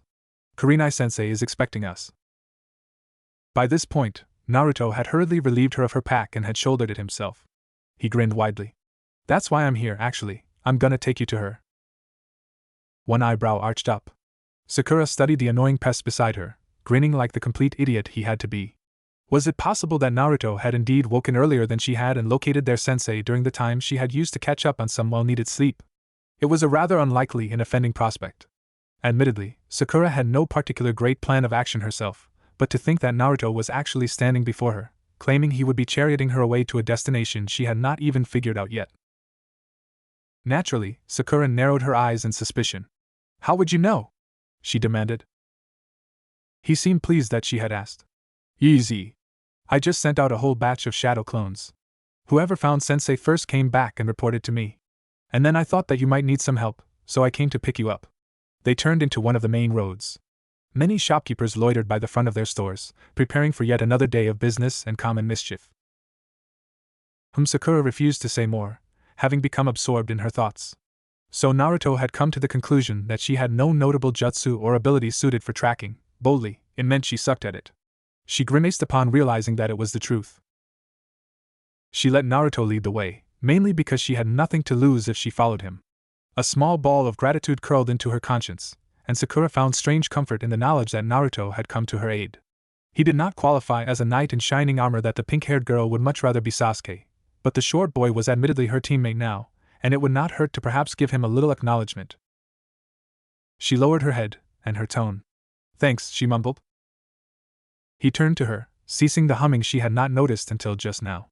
"Eh? What did you say, Sakura?" Faint annoyance glowed in her being, but Sakura forced it down. She was trying to be nice. "I said thank you." "Oh." He shrugged. "That's good to hear, but you should say it to my face later." She snapped. The one time she tried to be nice and understanding and he blew it. He was practically asking for it. She brandished a well-practiced fist. "It's your welcome." Naruto saw the danger and immediately backed away, frantically waving his arms before him. "No! Don't hit me! I'm too late." Sakura's blow, strengthened by morning irritation, blindsided him. She knew something was wrong the moment she staggered to regain her balance after the frightening momentum she had put behind her assault. She had fallen right through her teammate. "Don't hit me. I'm a shadow clone." The clone dissipated into thin air with an audible pop and her backpack dropped to the ground. Sakura blinked for a short moment, and then stooped to pick it up. "Idiot," she murmured, though she could not suppress the sinking sensation in the pit of her stomach. She eventually came to the dismaying realization that she had just jeopardized her one chance of reaching the meeting place on time. "I did not just do that." "Come on, Akamaru!" Kiba shouted from the door. He jogged lightly on the spot to warm up. "Let's get going already." There was a little over half an hour left before 8 o'clock, and the Inuzuka admitted that he was perhaps cutting the deadline a little closely. It had seemed like a good idea to sleep in, ignoring his sister's cool prediction that it would turn out the way it had. Kiba was not known for his punctuality. The small puppy leapt the last meter and landed on his partner's shoulder. He yipped as Kiba fumbled for the keys to lock the door. "Betcha I'll smell her before you do." "Braggart," the boy accused. "Fine. Get sniffing." Barely a minute later, Akamaru barked excitedly and took off. Kiba humphed and darted off after his dog. He swore to himself, as he had so many times before, that he would one day best his furry friend. It was not like he resented his companion for his well-tuned tracking skills. No, Kiba respected that, but it did little to assure his deflated ego. It became clear after several minutes of bounding over rooftops that Kurenai-sensei's scent was accompanied by that of fauna that Kiba and Akamaru had only smelled at one place before, the public park by the eastern border of the village that was home to a ridiculously long staircase. "She sure knows how to pick him," Kiba remarked, ignoring the flash of a breeze that swept back his hood. It was nice to feel the wind rush through his tousled hair, messing it more than his sister would have felt comfortable sharing company with. "There's like 2,000 steps on that thing." Akamaru yipped in agreement. "Yeah, race?" "Now you're talking." The pair shot forward at a speed that disturbed several breakfasters. It appeared that they might even have some time to spare after all. Kiba miscalculated his next jump and ended up flailing his limbs for balance. Noticing his master's apparent difficulty in remaining on their perch, Akamaru darted back and snared the boy by the trouser leg. The small dog lowered himself onto his haunches and pulled furiously, stalling the descent long enough for Kiba to wrap his arms around the chimney that conveniently happened to be within his reach. "I wish you'd wash your pants," Akamaru complained. "And you're clumsier than Naruto." The genin got to his feet. "Oh, shut up. Don't you smell him? Naruto's already there." As the dark-haired boy gathered a trickle of chakra in his legs in preparation to take off again, a slight breeze rustled in from the south, carrying with it a familiar scent. "Hey! That's Sakura," Kiba realized. "She's a bit off mark, don't you think? Doesn't seem like she's figured out where to go yet." Akamaru eyed him pointedly. "Probably because she doesn't have a loyal, intelligent neendog to guide her along." "So? Naruto doesn't, and he made it." Kiba sniffed the air again. "Think she needs help?" He gathered Akamaru and bundled the dog inside his jacket. "Probably does. We're running out of time and it'll be faster if you hop in with me. Don't give me that look, boy. If you'd actually bothered training with Nachan's Himera triplets, we wouldn't be in this stick. That said, and an indignant puppy silenced, he hurried off, finding quick and easy purchase on the weather-worn surfaces he leapt off. Sakura cursed her idiocy for the 22nd time in an hour. If she'd had the common sense to have asked Naruto, his clone, she reminded herself, she would not be circling around like a sightless vulture. She dug for reasons to force the blame onto Naruto, but it was impossible to pin anything against him. His intentions had been good, and it was kind of her fault for punching him. Giving up, she approached a nearby grocer. Excuse me. The grocer glanced up without any particular interest. What is it, girlie? Some of us have business to get to, you know. She gave the grocer a weak smile, deciding that it was not wise to attempt to strike up a conversation while the man was not in his best mood. I was just going to get some fruit. Any good recommendations? The man eyed her. He might be known as a slacker by his family and associates, but he was not dim by any chance. There was nothing that prevented him from glancing up and noticing the forehead protector bound on the girl's head, holding back her ridiculously colored hair. Ninja these days just could not be trusted. Sure, they held back the wars a good deal and gave the countries a good reason to trade with the businesses, but their sneaky ways were just too suspicious to blend among normal folk. The fact that Tanaka Noboru had, a good 10 or so years ago, been a well-known jounin ironically contradicted his misgivings regarding the shinobi ranks. Of course, having lived through the life of living in the shadows and acquired a sharp eye for small details, Tanaka was more than aware that some of the more arrogant chunin eyed his fresh batches of apples more commonly than he would like. Bananas? He offered, putting away the magazine he had been reading and craning himself forward to tap at the nearest bundles. Just came in from the vegetable country last night. Tanaka allowed himself a chuckle. Dunno why they call that place a veggie, their green stuff tastes like crap. Sakura's eyes widened and she nodded quickly. Yes, bananas will be fine, thank you. As the grocer grumbled and juggled a bundle of bananas into a plastic bag, she decided that the man was still not in the best of moods, and she was intimidated by the thought of asking him for a favor of some sort. How do you know the vegetable country's food tastes bad? Tanaka scratched the stubble on his chin as he leaned over to hand the bag to his first customer of the day. Back years ago, when I could still take missions, I went there to escort their daimyo to meet our daimyo for a renewal of their treaty. Fed me this ugly green soup while I was there, and it tasted worse than my sister's, and she works with poison. Fruits are okay, though, he added, seeing the girl's expression. Sakura nodded slowly. You were a ninja? Well, yeah. Jounin. Reminiscence of his prime days had Tanaka leaning back and staring at the eaves of his shop with a slightly glazed-over look in his eyes. About to join ANBU too. He glanced sharply at the girl. Pay up, by the way. Read the sign and work it out yourself. Oh. Right. Sorry. Sakura fumbled in her pack for her purse and handed over the money. Are you still a ninja? No. Do you think I'd be sitting here if I was? She frowned in confusion. But you were good enough for ANBU. Tanaka let out a booming laugh that had the nearby bookstore's owner swiveling his head to regard his neighbor with suspicion. This girl was hilarious. You ever seen a wooden peg leg, eh? When she unthinkingly shook her head, he chuckled and lifted his legs to rest them on the crate before him. See that? Sorta hard to jump around roofs when you're always tripping up, heh? Fix that jaw up, that's a good lass. Sakura tore her gaze away from the severed leg, replaced by a block of heavy wood that narrowed to a small rounded point.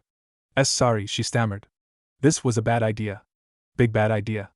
I should have asked someone else, someone who doesn't have a wooden leg to show off. The laugh returned. Nah, don't worry about it. My sister got into ANBU though. Damn proud of her, I am.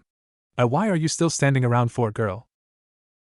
That certainly snapped Sakura back to her senses, and reminded her why she had approached the man in the first place. Have you seen a woman this tall? She indicated by raising her arm, with long dark hair, red eyes and wraps. Tanaka raised an eyebrow. You wouldn't be talking about Yuhi Kurenai, would you? Sakura allowed her hopes to rise. Do you know Kurenai-sensei? Have you seen her? I've known her since she was a genin. Her sensei was a friend of mine. The grocer peered at his customer. You on her genin team now, are you? You'd better watch that temper of hers. She was a force to be reckoned with back when I used to take her for a spot of training. And no, I haven't seen your sensei. Hopes fell. Oh. So she had wasted 15 raya for nothing. Thank you anyway.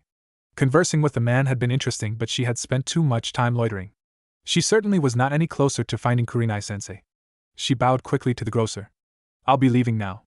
Thank you, sir. No sirs, the man said in a lazy tone. Name's Tanaka Noboru. Sakura hesitated, and then bowed hastily again. Thank you, Tanaka-san.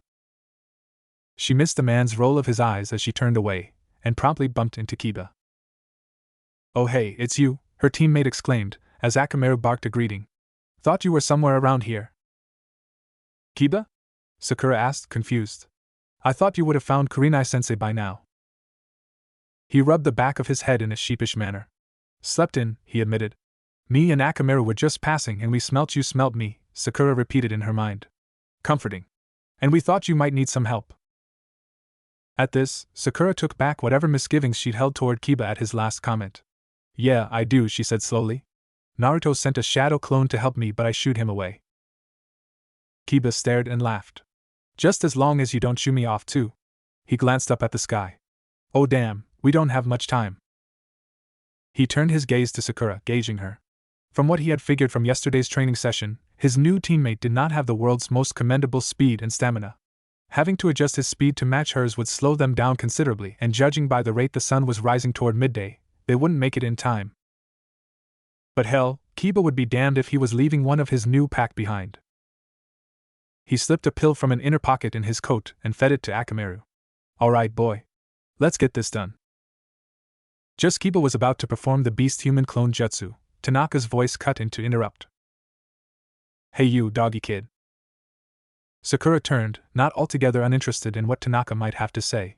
He had a distinct personality that made her associate him to a distant uncle of hers, who happened to have the same rogue qualities, minus the wooden leg and the ninja turn grocer career.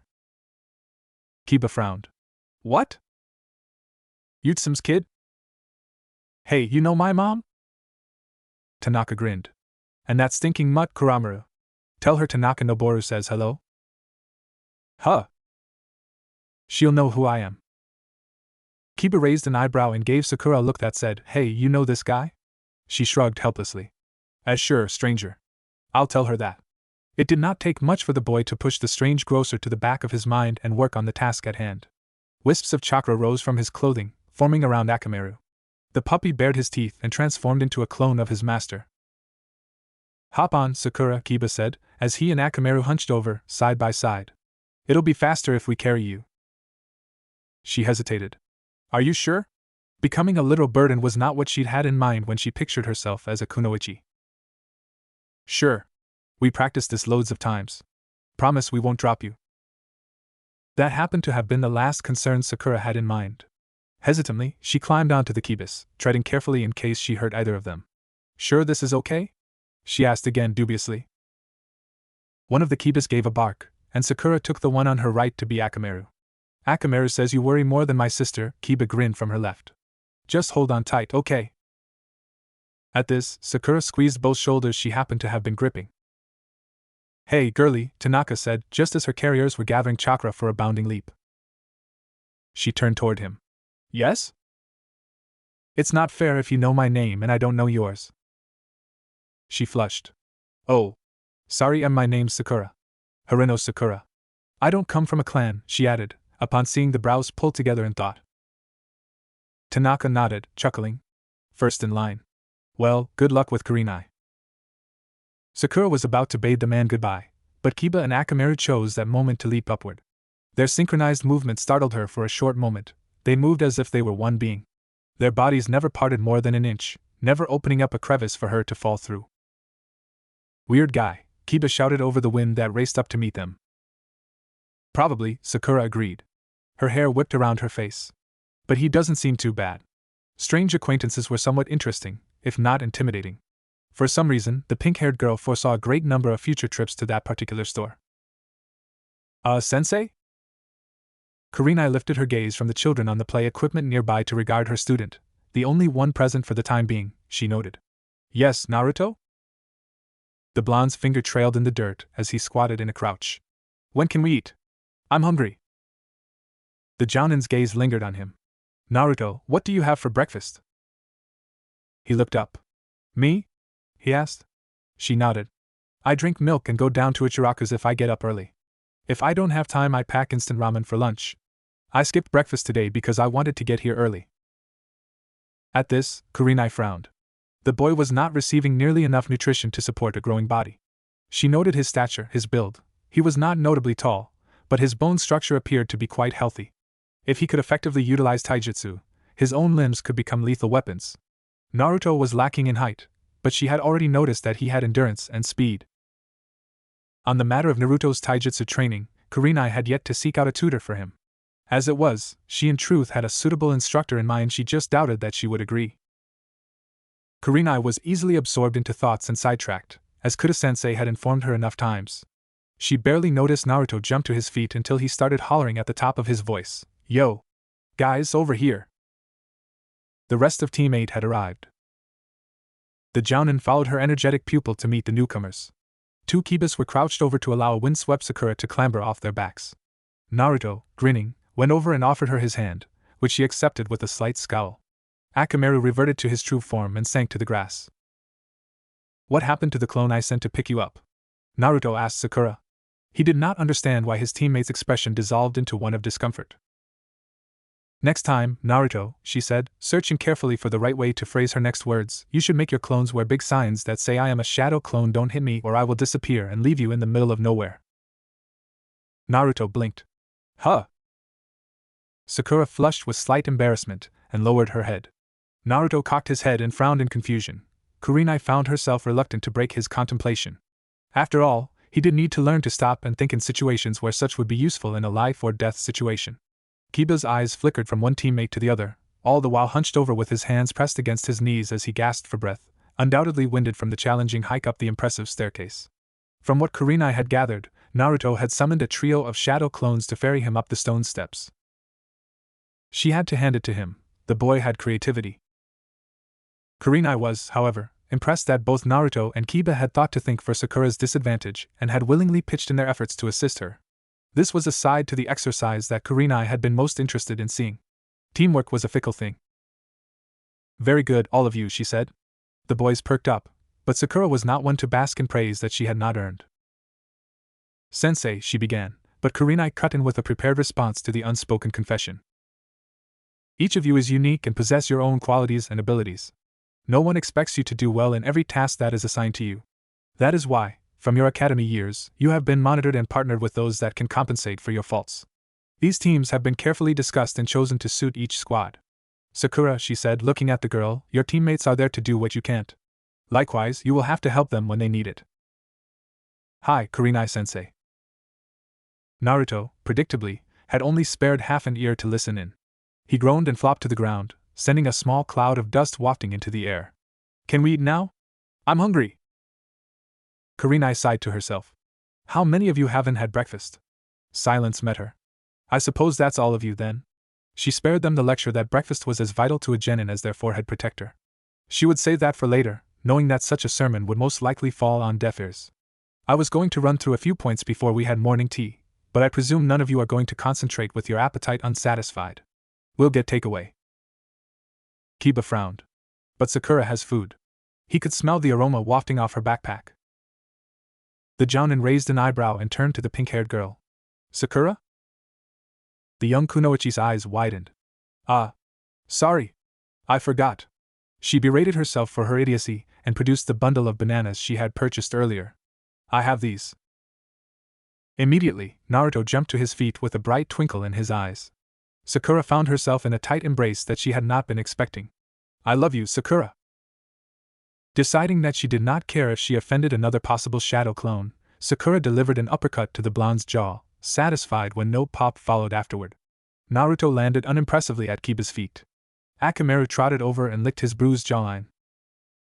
"Smart," Kiba said sarcastically. He hauled the shorter boy to his feet. "I think you should stick to just a thank you next time." Kurenai crossed her arms and stepped back. Her charges barely noticed her retreating to lean by a tree, slipping into the half-shadows. She watched them as they interacted, and noticed for the first time just how childish her team was. As any other experienced jounin could make out, Naruto was most prone to laughter above the average volume, and most of the time the cheerful grins were exaggerated. He was a cheerful being, yet the pain of years of exclusion did not bode well with him. That, however, did not stop him from pelting Kiba with banana peels. The Inuzuka did not take well to being bombarded with fruit sheddings, and he quickly retaliated. Akamaru sat by the side, opting to accompany Sakura on the more quiet experiences of life over aiding his master. Kiba's laugh was mocking and generously loud. He had no trouble socializing, and it was highly doubtful that he ever would experience difficulties. Kurenai's attention shifted to the last of her genins. Sakura was the most difficult to understand.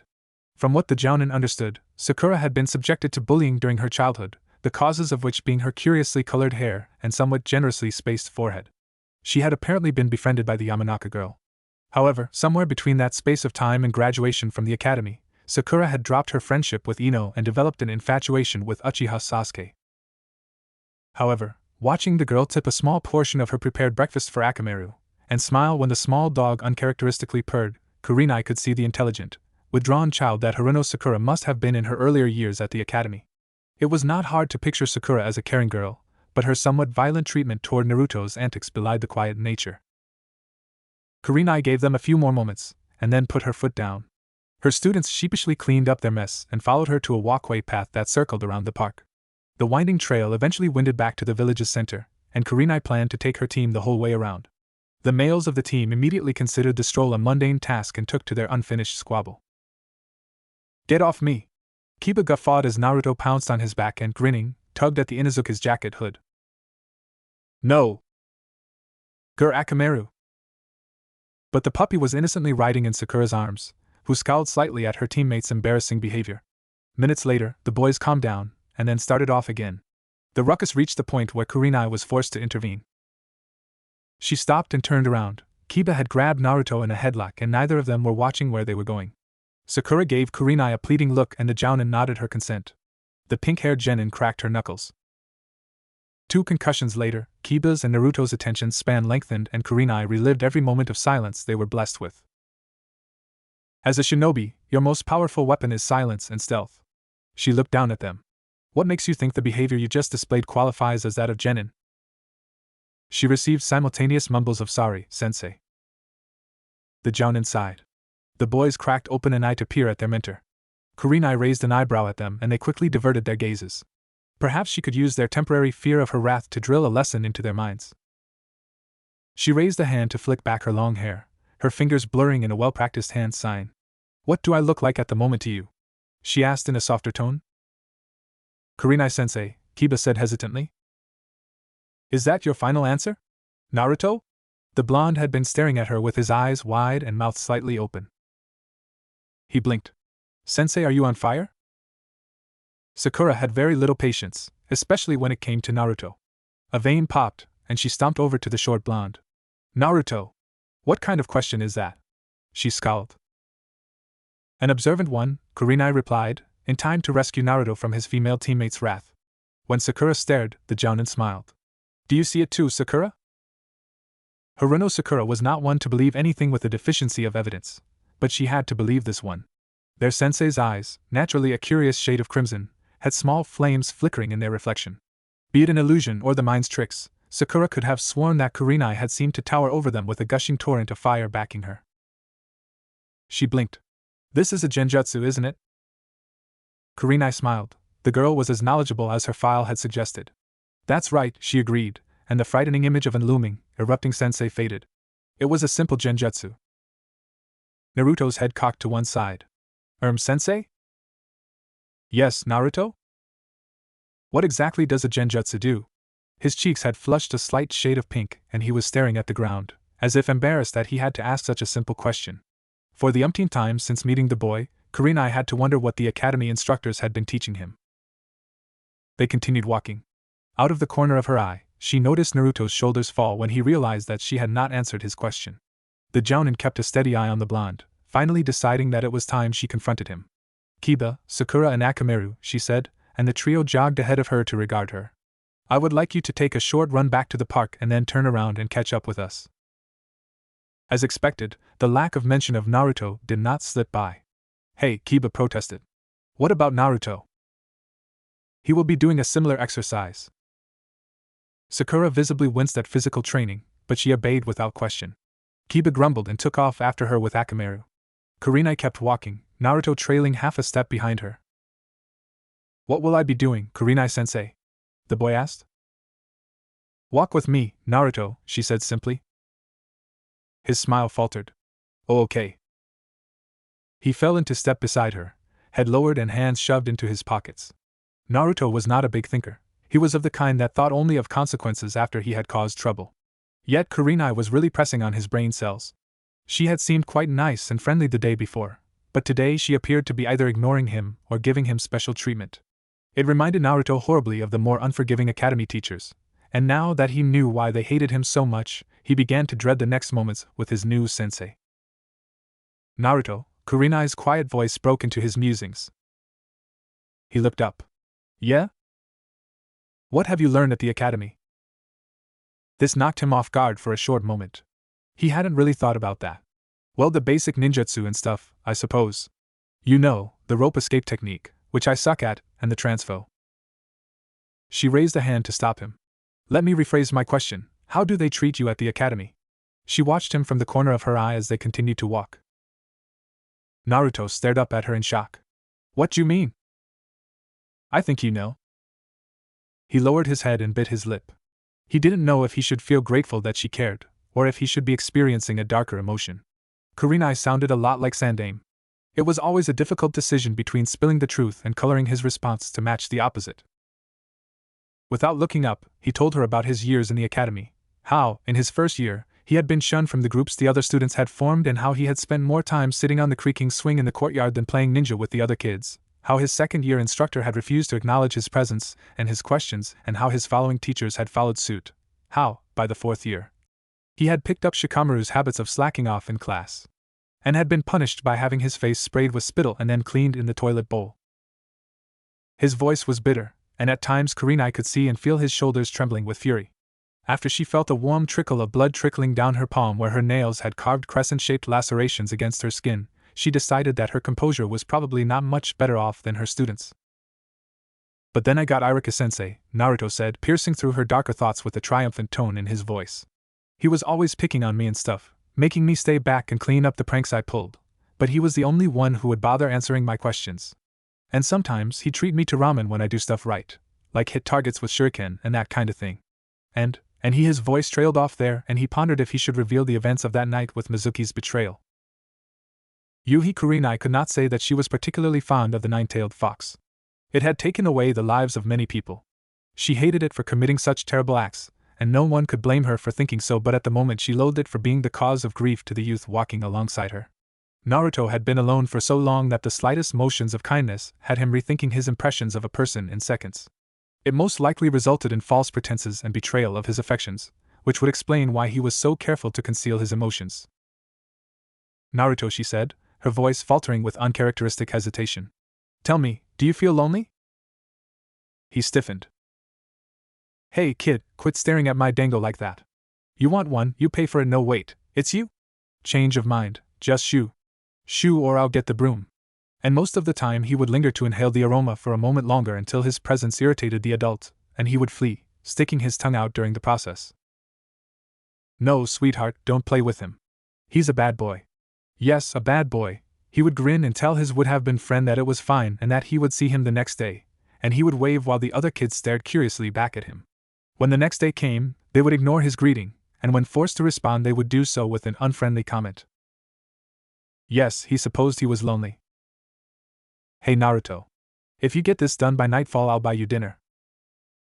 Sometimes, Naruto, it is natural to despise those who express the same feelings toward you. But you have to understand that, to become a good Hokage, you have to accept their resentment toward your existence and understand that no matter what illusion plays among your mind, you will never be truly alone. He noticed that Kurenai was still awaiting his reply. He shrugged and smiled. Not anymore. She nodded and went on to explain the basics of genjutsu.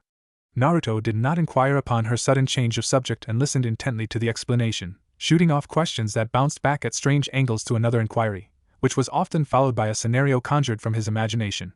Kurenai nodded and did her best to fill in the years of knowledge he had been denied. Sakura, Kiba and Akamaru caught up with them just when she had been about to explain the process of canceling a genjutsu. Sakura, the Jounin noted, was definitely in dire need of taijutsu training. The girl was putting an asthmatic to shame. Kiba, though winded, was grinning. Told you it wasn't impossible, he said to Sakura, who was clutching her ribs as she sucked in a difficult breath. Not everyone, she gasped out, glaring, runs crazy laps around the village every day. Kiba's grin widened and he slipped his hands behind his head. Hey, you're welcome to join me. Forget it. Kurenai stopped and turned around. That actually is not a bad idea. It would do well to improve your stamina and fitness, Sakura. Naruto, I suggest you join them. She commended herself on her quick thinking. To allow the three genin time to socialize among themselves without her influencing their behavior would certainly prove to be a shortcut to teamwork and friendship. In response, the genins just stared at her, then at each other. Naruto eventually picked up the discussion. I don't really mind, I guess. What time do you get up, Kiba? Well, Kiba rubbed the back of his neck, seemingly uncomfortable. My sister's actually the one who drags me up for stuff like that. The time changes sometimes, but we usually get out at around 7. I missed my run today and she was gonna grill me. He laughed uneasily and looked expectantly at his teammates. That's cool, Naruto said slowly. I'll be there tomorrow. Kiba cracked a smile and turned to Sakura. So you coming too? Sakura cringed. She was still catching her breath from the previous run, which in truth had not been all that long. They hadn't gotten far into the walk and the distance had not been great. It had been hard keeping pace with Kiba. She even suspected that he had been holding back to wait for her. Reluctant to fall behind, she nodded uncertainly. I'll come. The rest of the village had woken while Team 8 had been absent from it. Kurenai dismissed her students for breakfast while she attended to her own business. She dropped them directions to a restaurant she frequented, though Sakura was perhaps the only one who listened. Naruto and Kiba had already gone ahead. Place it under my tab, Kurenai called after them. I will join you when I have finished. Yamane Takara woke to the chirping of bothersome birds. She found herself sprawled across her sagging couch, and she almost slipped back down again when her feet felt around for her sandals, tripping against 2 empty sake jugs that could be found rolling against the scratched floorboards of her apartment. Swearing, she hauled herself to a technically upright pose and stumbled to her bathroom to splash her face with water. She became aware of a certain presence when her mind cleared a little. A chuckle escaped her lips, muffled slightly by the cloth she had pressed against her face. What wind blows you here, Kurenai? The towel in her hands flicked out to snatch the bottle that had been thrown through her window. She eased open the cork and inhaled a scent of the rice country's finest. Not half bad, you're getting better at picking this stuff. Her former teammate stepped out from behind the cracked walls of the dwelling and joined Takara at the wooden table where the latter had begun pouring 2 cups. You haven't been taking care of yourself, have you? Kurenai brushed her gaze lightly over the woman that had been a close friend and confidant. She was disappointed to discover that Takara's brown hair was as long, lank and unkempt as ever, deprived of the natural attention a woman would force upon her appearance. The slight dark circles under her eyes told Kurenai that her old teammate had been doing nothing the previous night but drink to the hope of losing her consciousness for as long as she could. Takara did not forget, but she often attempted to escape reality. She had attempted to escape her physical environment as well. She was the only tenant in her apartment, which was situated on the outskirts of the village. Takara could only take her conscience that far, a place where she retained memories of the happier days, of the oaths she had committed herself to over a decade ago. She drowned out reminiscence of the darker days whenever she could, and they happened to disturb her on more accounts than she could care to count. Skip the formalities, Kurenai, she sighed, nudging a cup toward her friend. This hangover of mine makes it hard to process stuff like that. Oh yeah, congratulations on making jounin. Heard you got a bunch of brats to babysit. How are they? Never having found the tolerance to alcohol, Kurenai declined the drink. They could do with some sharpening, she replied truthfully. But they are not the worst. Kids these days are always rambling on about how they want to be great ninja when they grow up. Good thing they had no war to deal with, huh? Kurenai did not say anything. She waited until Takara had downed a cup of sake and started pouring another. How badly does your team suck? 2 of them could benefit from additional taijutsu tutoring. Takara glanced sharply at Kurenai. Is that why you're here? And here I was thinking you were actually missing me. Kurenai pursed her lips. On second thoughts, that sake might not be so bad after all. I do miss you, Takara the old you, anyway. Dead. Takara. I'm not going to get involved in anything to do with the likes of you shinobi. I'm done with it. You go ahead and pursue whatever crazy dream you still have, Kurenai. I didn't stop you from continuing down that cursed road and I hope you respect my right to stay away from it. Must you be so difficult? Kurenai sighed exasperatedly. She had known this would not be easy. Takara laughed. Remember how Kuda-sensei always used to say that? He'd give me this disapproving look and then say it with a grin. Do you remember, Kurenai? Takara, this is... Do you remember, Kurenai? Takara persisted in a harder tone. Kurenai winced. Yes, she whispered, knowing what was going to follow and bracing herself for it. The glint that had been in Takara's eyes dulled. And do you remember how he died, Kurenai? Do you remember how we were going to charge into battle like the good ninja we were supposed to be? Do you remember how Masura's bones cracked like twigs? Do you remember what Sensei's flesh smelt? She did. Of course she did. Takara, this has to stop. You have to stop living in the past. I'm not living in it, the other woman hissed. Both had risen to their feet, facing each other over the ancient table that creaked under the weight of their palms slamming onto its surface.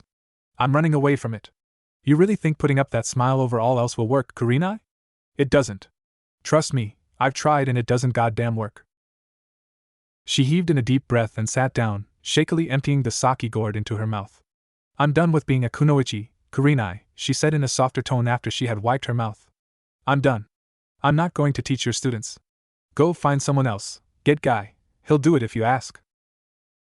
Guy has his own genin team to consider. As you are constantly reminding me, Takara, you don't. Takara raised an eyebrow and a smile that reminded Kurenai of its mischievous counterpart touched her lips. One reason? Is that all you can come up with these days, Kurenai? Kurenai turned away so that her friend could not see her own smile. Yes. Really? Her teammate pressed. Yes. Do you swear on Masuru and Sensei's graves? The red-eyed woman regarded her friend. That was cruel, Takara. Their past-time comrades had no grave, no resting place to speak of. There had been nothing left to bury. I'm not going to ask Guy, and you know perfectly why. The other woman shrugged. Just checking that he hasn't shaved off those brows of his. Haven't seen him for ages. He's still yelling about his age? No. He's pronouncing the immortality of youth. Kurenai whispered a silent apology to the green-clad jounin with the orange leg warmers. Takara threw her head back and let out a short bark of laughter. Sounds just like him, she commented, grinning. Kurenai knew that if she squinted, as she had so many times before, she would be able to see the younger Takara Yamane that had been an official tomboy and had enjoyed pestering their sensei for missions. But then, when Kurenai noticed her friend rubbing her forearm, all projections of the past vanished. The red-eyed jounin knew what was hidden under the long-sleeved shirts that Takara refused to replace even in the midst of summer, tucked carefully away from the notice of others, and more importantly, herself. There was a scar, one that appeared to have been drawn with a ruler, and one that would mark her forever. Thankfully, none others joined its company since the first time Kurenai had caught her teammate purposefully harming herself. But it was still there, still visible, and the same could be said for Takara's unrelenting memories and her inability to accept them. I have a student, Kurenai began quietly, and she gestured toward the offending forearm when her teammate glanced up at her. He has scars as well. I find that emotional scars hurt more than physical ones. Less than a week ago, he found out exactly why the villagers hate him so much. She noticed that Takara's eyes had widened, but she went on grimly. He has determination like no other. His taijutsu is crippled and the same goes for his reputation, but he still finds strength to smile for his friends. That boy, this student of mine, his dream is to become Hokage. And I intend to help him accomplish that. So for the sake of that student and another who also has her own dreams, I need you to help me teach them. Takara frowned. Don't tell me you have. The fragile moment was interrupted by a bellow of Kurenai-sensei. Kurenai herself winced. What are they doing here? She muttered to herself, and rose to investigate. Takara suspiciously followed her out. I thought I told you to wait at the restaurant. Kurenai frowned at her genins. She was nothing if not observant, and she saw Naruto's smile falter, for reasons unknown other than her disapproving tone. Her eyes narrowed. Seeing that neither of her teammates had the decency to explain, Sakura took up the task. We went to that restaurant you instructed, but the owner didn't want to serve Naruto for some reason. So we left, and Naruto got us ramen. We were worried that you couldn't find us, so Kiba and Akamaru tracked you here. The girl displayed an uncharacteristic fiddling with her fingers. Sorry we disobeyed you, Kurenai-sensei. Kurenai was too absorbed in anger to hear the second half of Sakura's explanation. How dare they refuse to serve her student? She glanced at her genins, saw that they were curiously staring at her face, and fought to keep her composure. She and that restaurant owner would have a nice chat. How much did you spend on ramen, Naruto? She asked. I'll pay you back, it was supposed to be my treat. The boy blinked as if he had never heard of having someone pay him back before. He lowered his head and gave her a wobbly grin. It's fine, sensei. It doesn't matter, you can treat us next time. He smiled. But it's gotta be something good. She didn't know how her hand had found its way into Naruto's tousled hair and started ruffling it, but it seemed to stun the blonde. Something good, she agreed. After the mission. The sacred word was enough to send Naruto into an excited fever. Kiba's was second only to the blonde. Mission? They both exclaimed. Sakura scowled at them, but the corner of her mouth kept twitching into a smile. Do you think we're ready, Kurenai-sensei? She asked dubiously. The Jounin could see where the girl's uncertainty was coming from. We'll have to find out, won't we? Kurenai replied. Naruto was beyond himself with joy. At this rate, they would probably be the first genin team to receive an official assignment. This very much satisfied the blonde. Take that, Sasuke. He was grateful that Kurenai-sensei was giving them the chance so early on. Naruto found himself looking at his mentor with reverence that had also been triggered by the morning's earlier events. Then he noticed a woman standing behind their sensei. Eh? Sensei, who's the hag? Kurenai stiffened.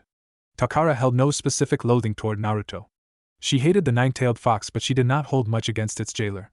It was the memories of that fateful day that prevented her from completely accepting the boy. But she did not take well to being christened with uncouthly nicknames.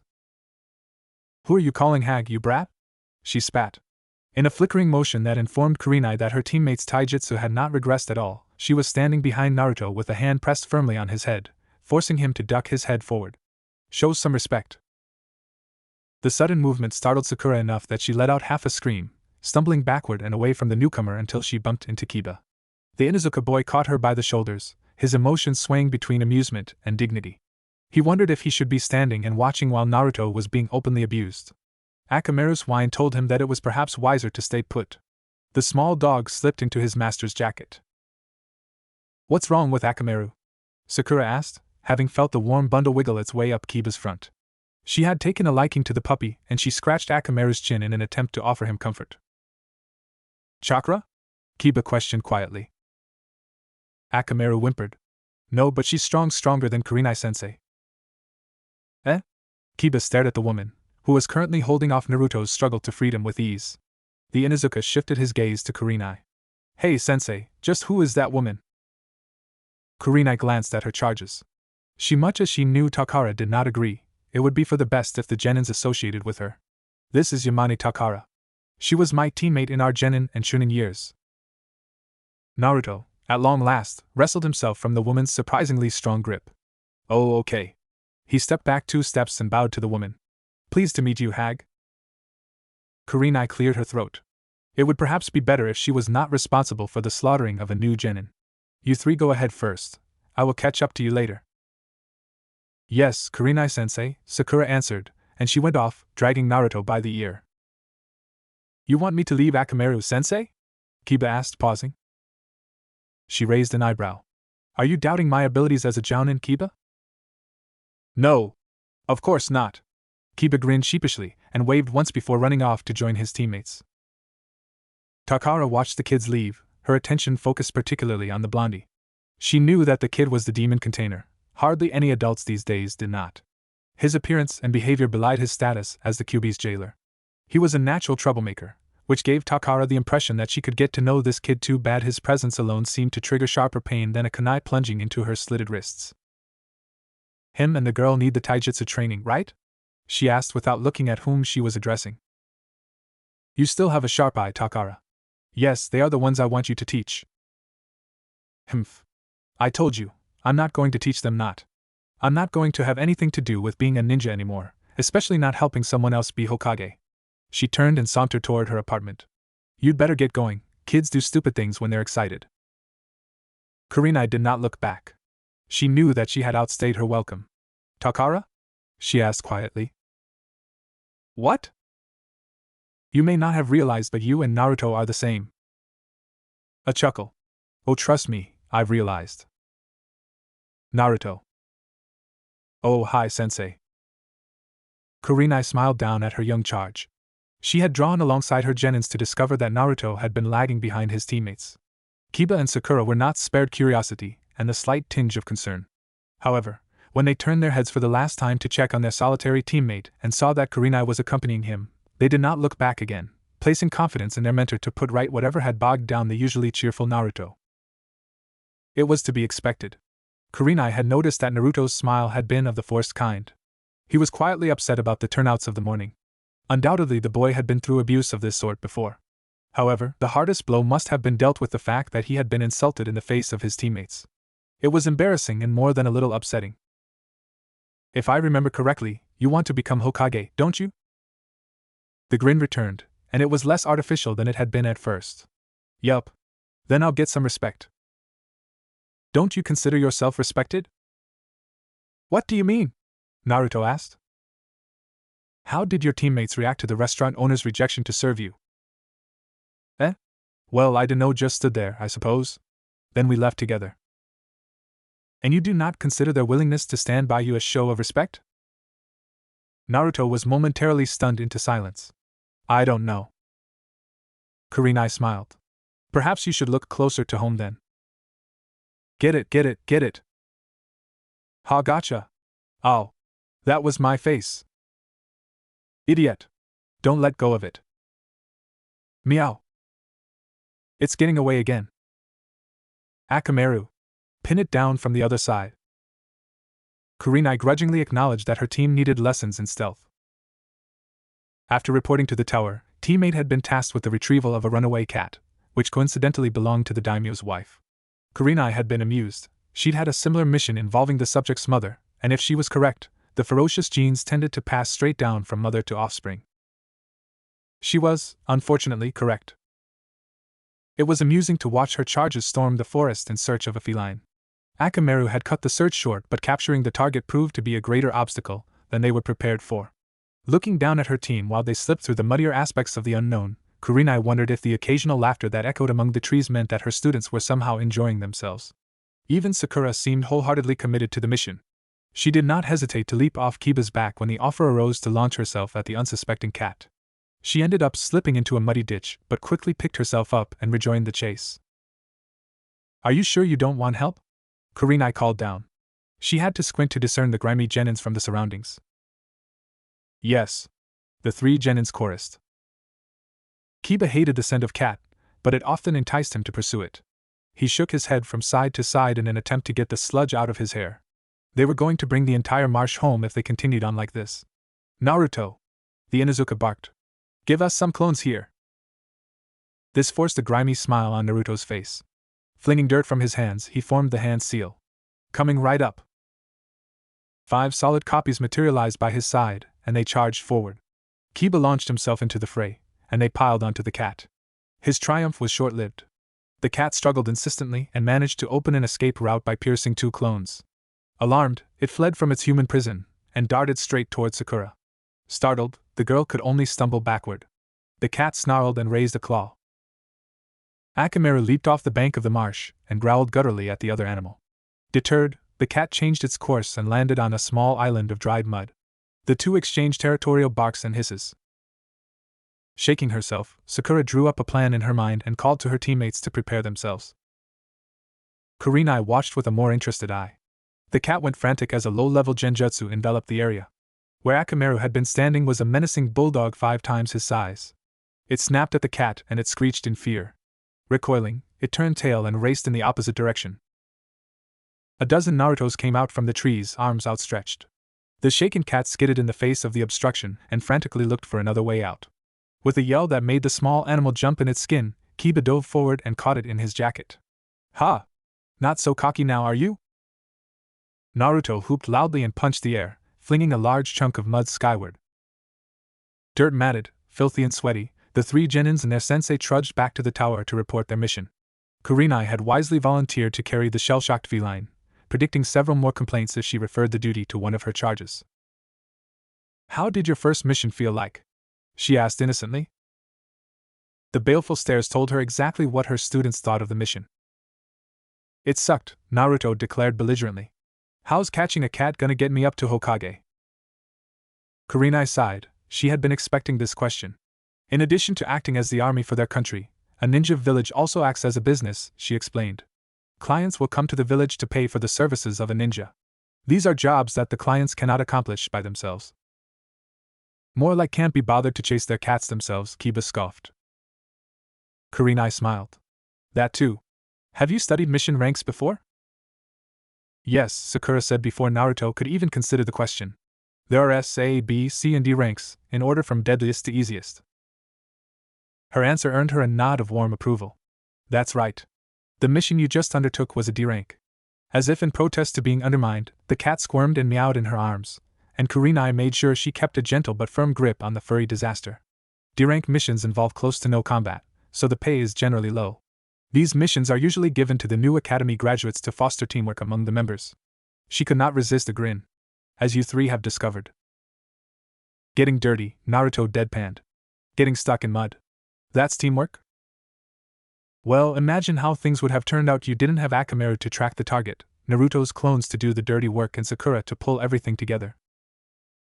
The Genins did, and they came up with simultaneous agreements to Nightmare, and all three of them sent uneasy glances at the cat in Kurenai's arms. The Jounin chuckled and held the double doors to the tower open for her charges as they slopped into the foyer and mortified the receptionist with the muddy prints they left on the polished floor. You know, I think they're gonna be late. How about you just go ahead first, Nei-chan? Hana raised an eyebrow.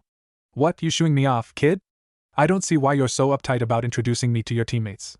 Come on, it can't be worse than changing your diaper. The two were at the bottom of the steps that winded up to the park, waiting for Naruto and Sakura to turn up.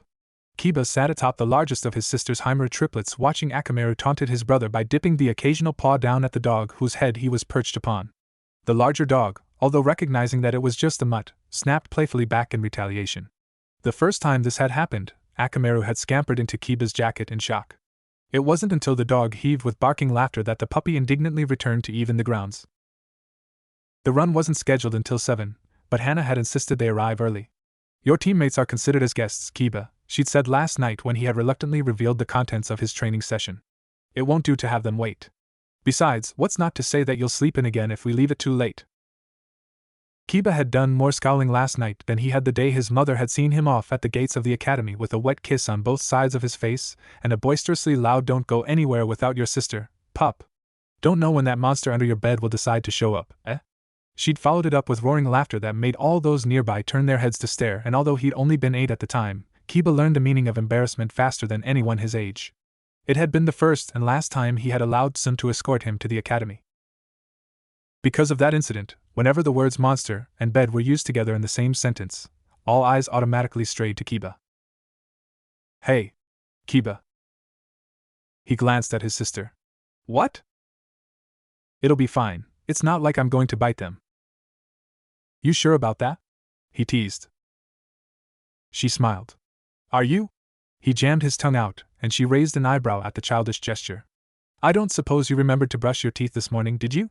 She said in a mildly disgusted tone. It's a wonder you haven't scared off your friends already. Leave me alone, he said in a whining tone. Hana smirked. Kiba brushed his fingers against the fur of the dog he was sitting on. He didn't understand why his sister refused to individually name her dogs. They were the Himuru Sankyodai, nothing more, nothing less. It really confused Kiba when she called for her canine companions. She could communicate and command them like he did Akamaru, except she did it without the use of names. The nameless triplets gave Kiba a hell of a time trying to discern which one was which. After mistaking the brothers one too many times, Kiba had been forced to give them uncreative names for his own use. He had named them according to their size: Ikimaru, Nimaru, and Samaru. He was sitting on Ikimaru, the largest. He also didn't understand why Hana had referred to his teammates as friends. And Inuzuka's sense of loyalty toward friends and family were very important. Kiba would willingly cripple himself in exchange for the safety of his mother, sister, or Akamaru. He would fight to the death for his clan. It wasn't even a question. But teammates were teammates. He wasn't complaining about being in a team with Naruto and Sakura. They were strange in their own ways, but he could have been stuck with worse. In some ways, it was fun fooling around with Naruto and bringing out Sakura's mischievous side. But beneath the laughter and playful bickers, there was an unexplainable distance between the three of them. Without Kurenai around to create a bridge for them, the three genins found that the atmosphere could quickly become awkward. On the other hand, Kiba would be worried if they had managed to bond overnight. No, friendships had to be fostered slowly. Kurenai-sensei would agree with him. Arranging for her students to spend the mornings together had to be one of her well-disguised intentions to slowly bring them closer. Kiba hoped her goodwill would not be in vain. He resolved to be on his best behavior. Without warning, the Himuru Sankyodai began to growl deep in their throats and became restless. Kiba slid off Ikimaru and the gray canine joined his brothers by Hana's side. He was surprised to see that their teeth were bared with suspicion. His sister soothed them with a touch of her hand, all the while keeping her eyes on the two figures that were approaching them. Kiba recognized the orange jacket and waved to his teammates. He turned to ask Hana why her dogs had been upset, but she had a deep, thoughtful look on her face and he knew better than to interrupt. In any case, the dogs had already settled as if the incident had never happened. Glancing over, Kiba wondered why Akamaru had not reacted. Naruto fidgeted endlessly. The sleeve of one jacket had been stretched and wrung into a damp mass of fabric that hung longer than the other. He had, upon laying eyes on Kiba's small gathered group, broken the skin on his lower lip, but it had been proficiently healed in a matter of seconds. Sakura frowned at her companion's unusual behavior. He had been fine when he had shown up on her doorstep, the real him, this time, but now he was a grinning ball of nerves. "Good morning," the newcomers said in unison. Sakura tugged Naruto's sleeve to remind him to bow. A tall, brown-haired young woman beamed at them. "So you're my brother's teammates, that right? I'm Hana." They nodded. Sakura bowed once more and introduced herself. When it was his turn, Naruto found himself unable to follow her example. He was a little uncomfortable with meeting new people. A teammate's older sister was a little different from victims of a prank. Hana smiled expectantly at him, and Naruto felt his jittering nerves settle at the friendly gesture. "Who am I kidding?" he thought as he slowly grinned back. "Since when did I ever care about this sort of stuff?" "My name's Uzumaki Naruto," he said with brimming confidence. "And I'm gonna be Hokage one day. Just you watch." "I'm watching," Hana said, and Naruto's grin widened. He liked her already. "Let's go already," Kiba muttered, somehow feeling embarrassed by the exchange of formalities. Scaling the monstrous staircase was daunting as much as it was exhausting. Hana left them behind, smiling, claiming that she didn't want to get in the way. She and her dogs easily bounded up the steps and soon disappeared from view. The genins of Team 8 agreed to walk and set a brisk pace. Fishing around for conversation, Kiba said, "I asked my mum about that weird grocer guy from yesterday." Sakura turned to him. "What did she say?" "What grocer guy?" Naruto asked curiously. "I didn't hear about no grocer guy." "Well, now you did," Sakura huffed. Physical exercise was not her thing and Naruto's badgering was getting on her nerves more than usual. She inwardly winced when she saw his ever-present grin slip slightly. Once again she found herself wondering why it was always Naruto who was on the receiving end of her frustrations. She hardly ever snapped at Kiba. "It's nothing important. We just met someone who knew Kiba's mother, that's all." Naruto blinked at her quiet, tolerant voice. "Oh. Okay." Without another word, Sakura lowered her head and painfully picked up the pace. The boys hurried to keep up with her. "Apparently," Kiba said, filling in the void of silence, "they've worked together on a few missions before he lost his leg. She said he saved Kuramaru's life once. Kuramaru's her partner." There was little talk following that. They had somehow kicked into a light jog and all three wordlessly agreed to focus on conserving their energy. Several times Sakura wanted to call for a break. She had developed a bad stitch in her side and it was causing her a considerable amount of grief. Miraculously, she managed to persist until her team hauled themselves from the rickety hell and onto the parkland. She sank to her knees on the grass and gulped for air. Much to his teammates' grief, dead last Naruto was barely winded. He hunched over, grinning. "Nasty, huh? You're not normal," Kiba managed to gasp out. Naruto's smile vanished to be replaced by a look of pure horror. It did not go by unnoticed. "Naruto, what's wrong?" Sakura asked warily. The blonde head came up after a quick shake. Nothing. Just remembered something weird." Naruto laughed unconvincingly. The arrival of one of Hana's dogs rescued him. The canine was alone, and carried a plastic bag in his mouth. It growled a greeting to Kiba and dropped its delivery by his feet. The brown-haired boy stooped to pick it up. From Hana? Oh, okay. Tell her I'm going straight to training afterwards." Naruto accepted the bottle of water Kiba handed to him. "I didn't know you could talk to dogs." "Sure I can. It's my clan's specialty." "You come from a clan?" Sakura squeezed her bottle to stifle the urge to strangle Naruto for his sheer lack of attention. Following the break, Kiba led his team on their run. They jogged down the path they had passed through with Kurenai the previous day. There was a thin trail that branched off and led down to the lake, which expressed nature's beauty at its fullest. It was a heaving body of life, the water glimmering off the morning sunlight and reflecting it gently upon its surroundings. It was also apparently a popular swimming location for young women. Sakura and Akamaru, with much difficulty, managed to drag the boys away before they were accused of indecency. They looped behind the Hokage Tower, brushing against the revered stone monument, and proceeded to cut past the outskirts of the village. Few words were exchanged. It did not escape Sakura that the pace conveniently seemed to ease up whenever her breathing started to get strained. She looked toward the boys whenever this happened, but they did not seem conscious of it. It was as though they were inadvertently obeying the instinct to stick together. A companionable silence settled between them. And then it was over. Sakura collapsed to the ground, smiling despite the pressuring constriction on her chest. That wasn't too bad, she forced out. She gulped in a lungful of air. It tasted sweet and refreshing. Yeah? Kiba said weakly while he doubled over. He drank the rest of his water and tipped the rest to Akamaru. This is the first time I actually ran the whole way without stopping. Feels good. Naruto fanned at his heated face with his hands, his tongue lolling out. His hair stood in all directions when he brushed it from his eyes and refused to be patted back down. Enthusiastically, Akamaru barked for attention and leapt onto the blonde's head, taking up perch on the sweated tresses like it was his rightful throne. Sakura lifted her head and cracked a smile. All hail the mighty Akamaru, Lord of Sweat. Kiba burst out laughing. A lopsided grin grew on Naruto's face. The humorous moment passed too quickly. An awkward silence fell like the blade of the guillotine. Akamaru looked at his human companions, cocking his head at their sudden self-consciousness. It was like they were embarrassed by the carefree interaction. Humans were so strange. Naruto did not like silence. It made him nervous and self-conscious, as if he had done something wrong. He wondered if he had. So he said uncertainly, dragging out the single syllable and desperately searching for something to follow up before his painstaking effort to support conversation expired. Are we still doing this tomorrow? Kiba untied the knot on his jacket indecisively, and then tightened it again. Do you want to? Naruto shrugged, his mouth twitching. It's all right, I suppose? His words were chosen with unnatural care. He didn't want to say something awkward and jeopardize the arrangement. Kurenai-sensei did sort of instruct us to, Sakura said thoughtfully, concealing hesitation. Her teammates nodded keenly, relieved to have a solid rationale to cling to. Same time tomorrow? Naruto asked hopefully. His heart lifted when his teammates agreed.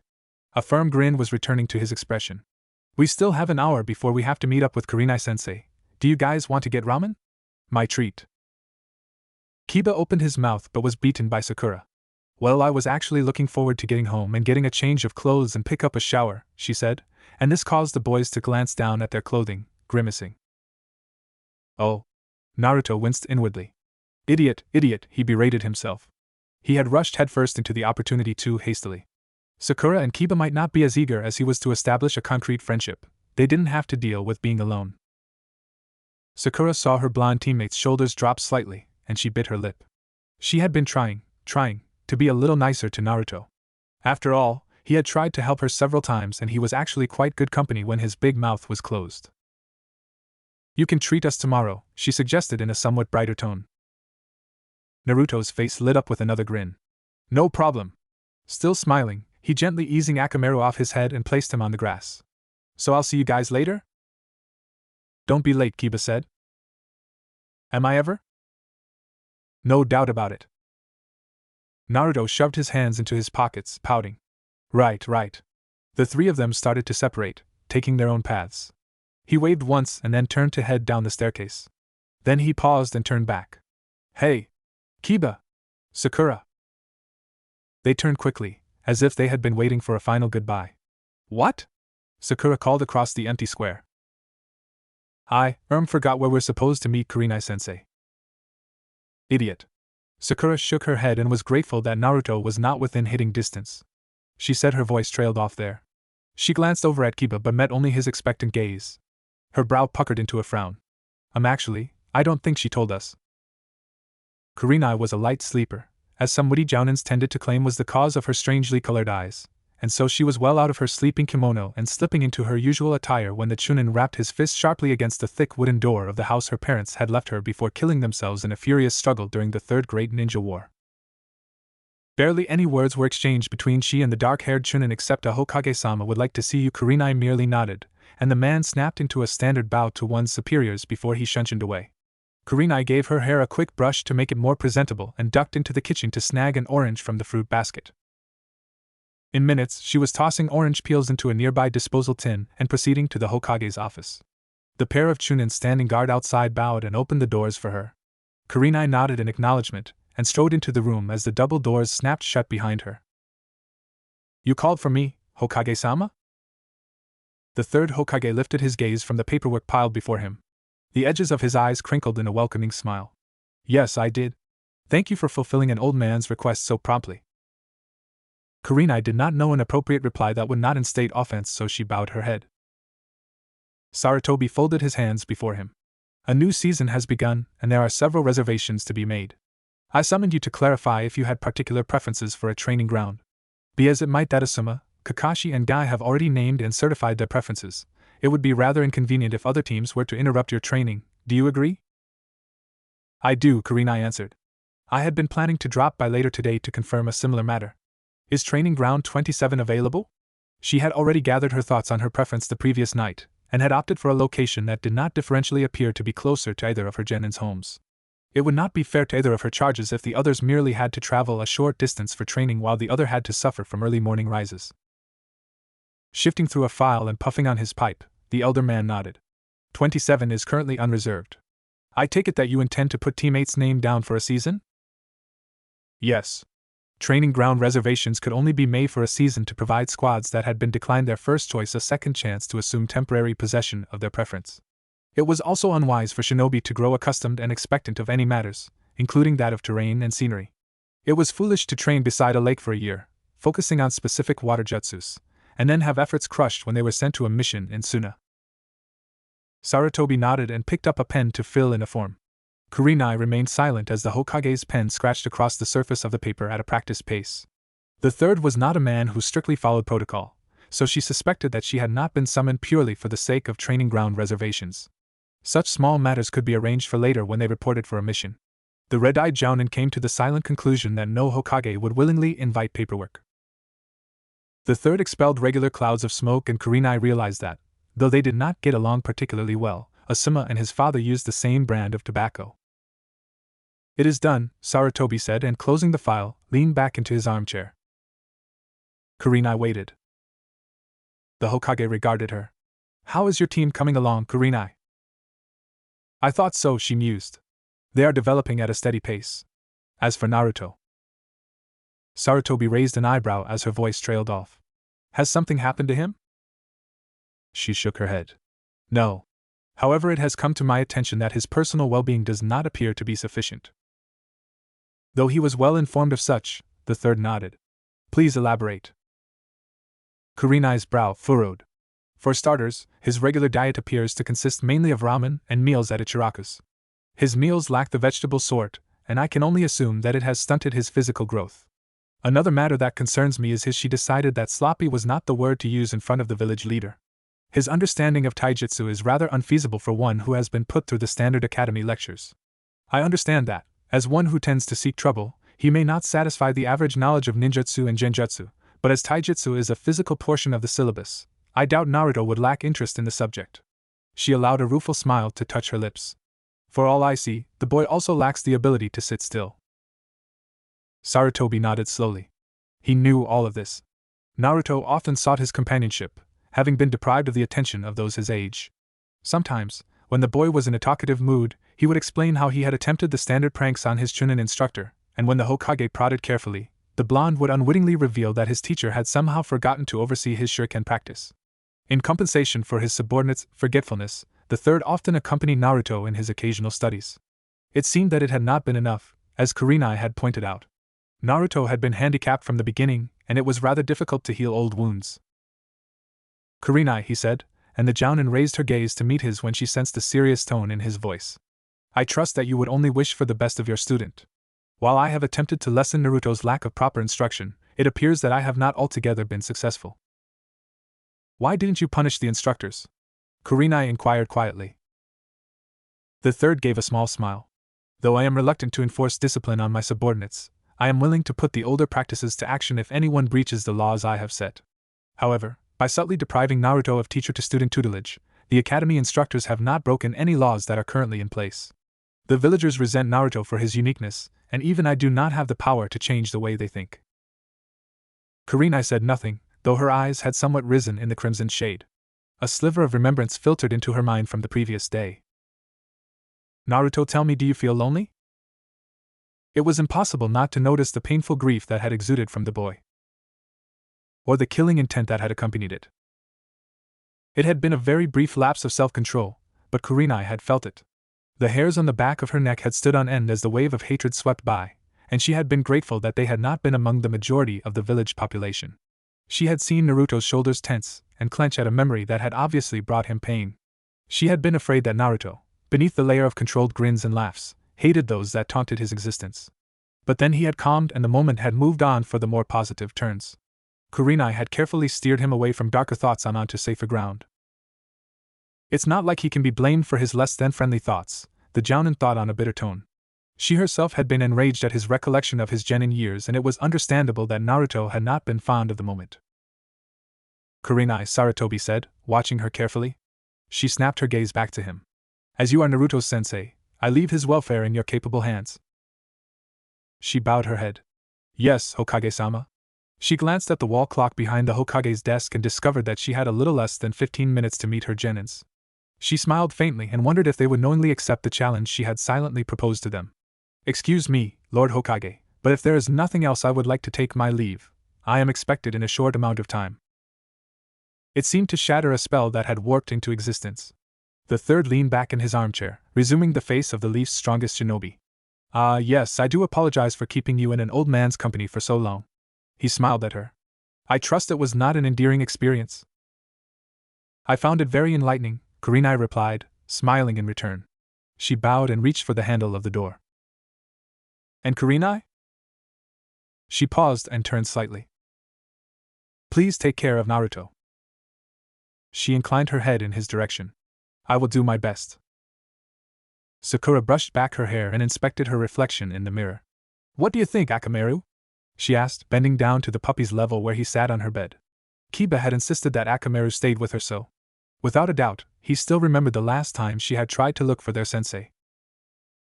I don't need the mutt, he claimed, and Akamaru had promptly protested indignantly by chewing on the edge of his trouser leg. Besides, if he smells that I'm off mark, Akamaru can come get me. Right, boy?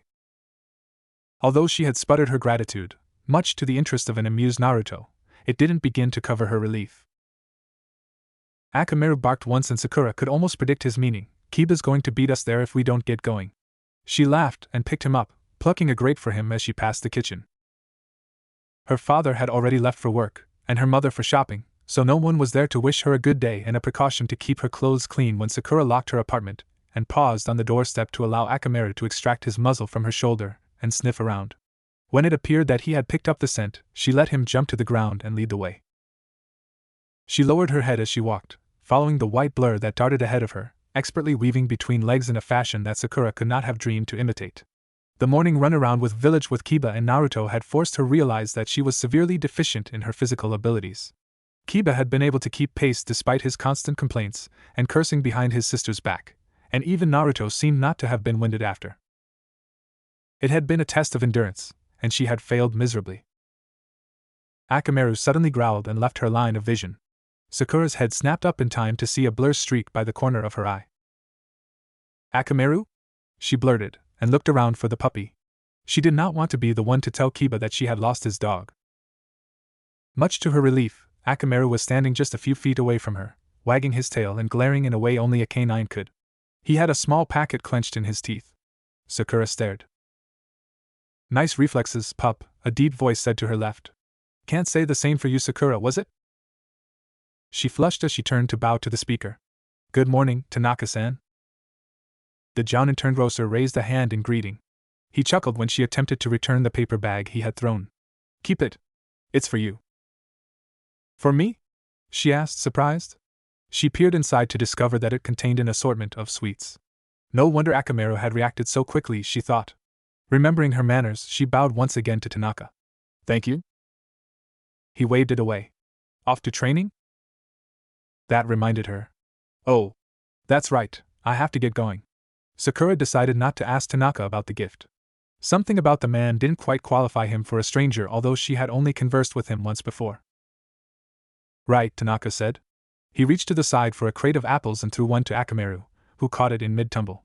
By then, Sakura frowned upon realizing that no shopkeeper in the right state of mind would give away his goods for free.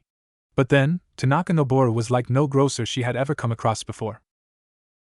Akamaru barked again and Sakura glanced up at the sky. She cringed and realized that she had spent too long talking to Tanaka. She fed an amount of chakra to her legs and took to the rooftops. Hey, sensei!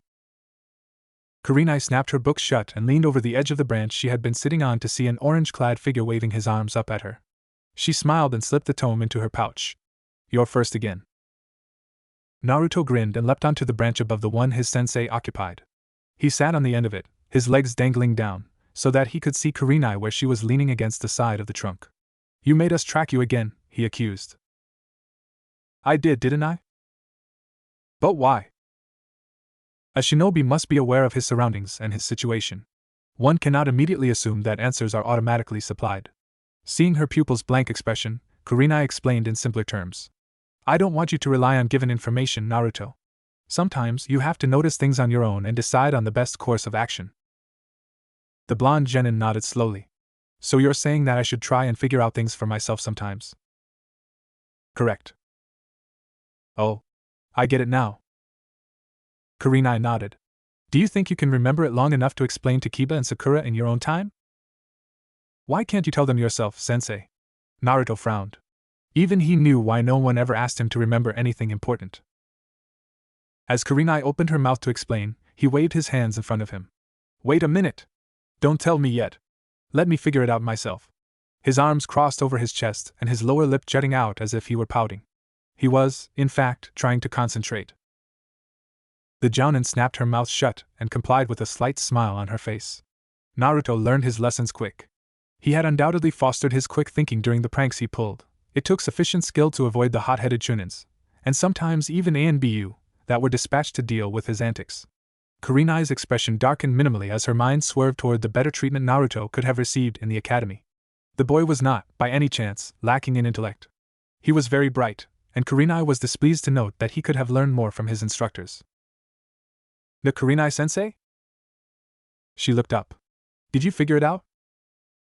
Well, yeah, you want me to remember specific information so I can remember the stuff I noticed during missions. Or something like that. Very good, Naruto, she said approvingly. He grinned and rubbed the back of his head. Then his mood regulated and he shifted uncomfortably. Sensei? Kurenai knew instantly that he had a particular matter to address. Neither Kiba nor Sakura had arrived yet, and the jounin diverted the majority of her attention to her present pupil. Yes, what is it? Naruto shuffled about. If I wanted to talk to you, would you listen? She found her eyebrow arcing up, accompanied by a flare of surprise. Of course I would. She narrowed her eyes slightly. Should I not? That's not what I meant, he said quickly, once again waving his hands in front of him. I was just wondering because Irika-sensei was pretty much the only one who would listen to me, and his voice faltered. He told me that teachers always listen to students, he continued in a whisper. And you're my sensei, so I thought. Kurenai's fingers unconsciously curled into a fist, and she had the suddenly longing to land them on a particular group of academy instructors.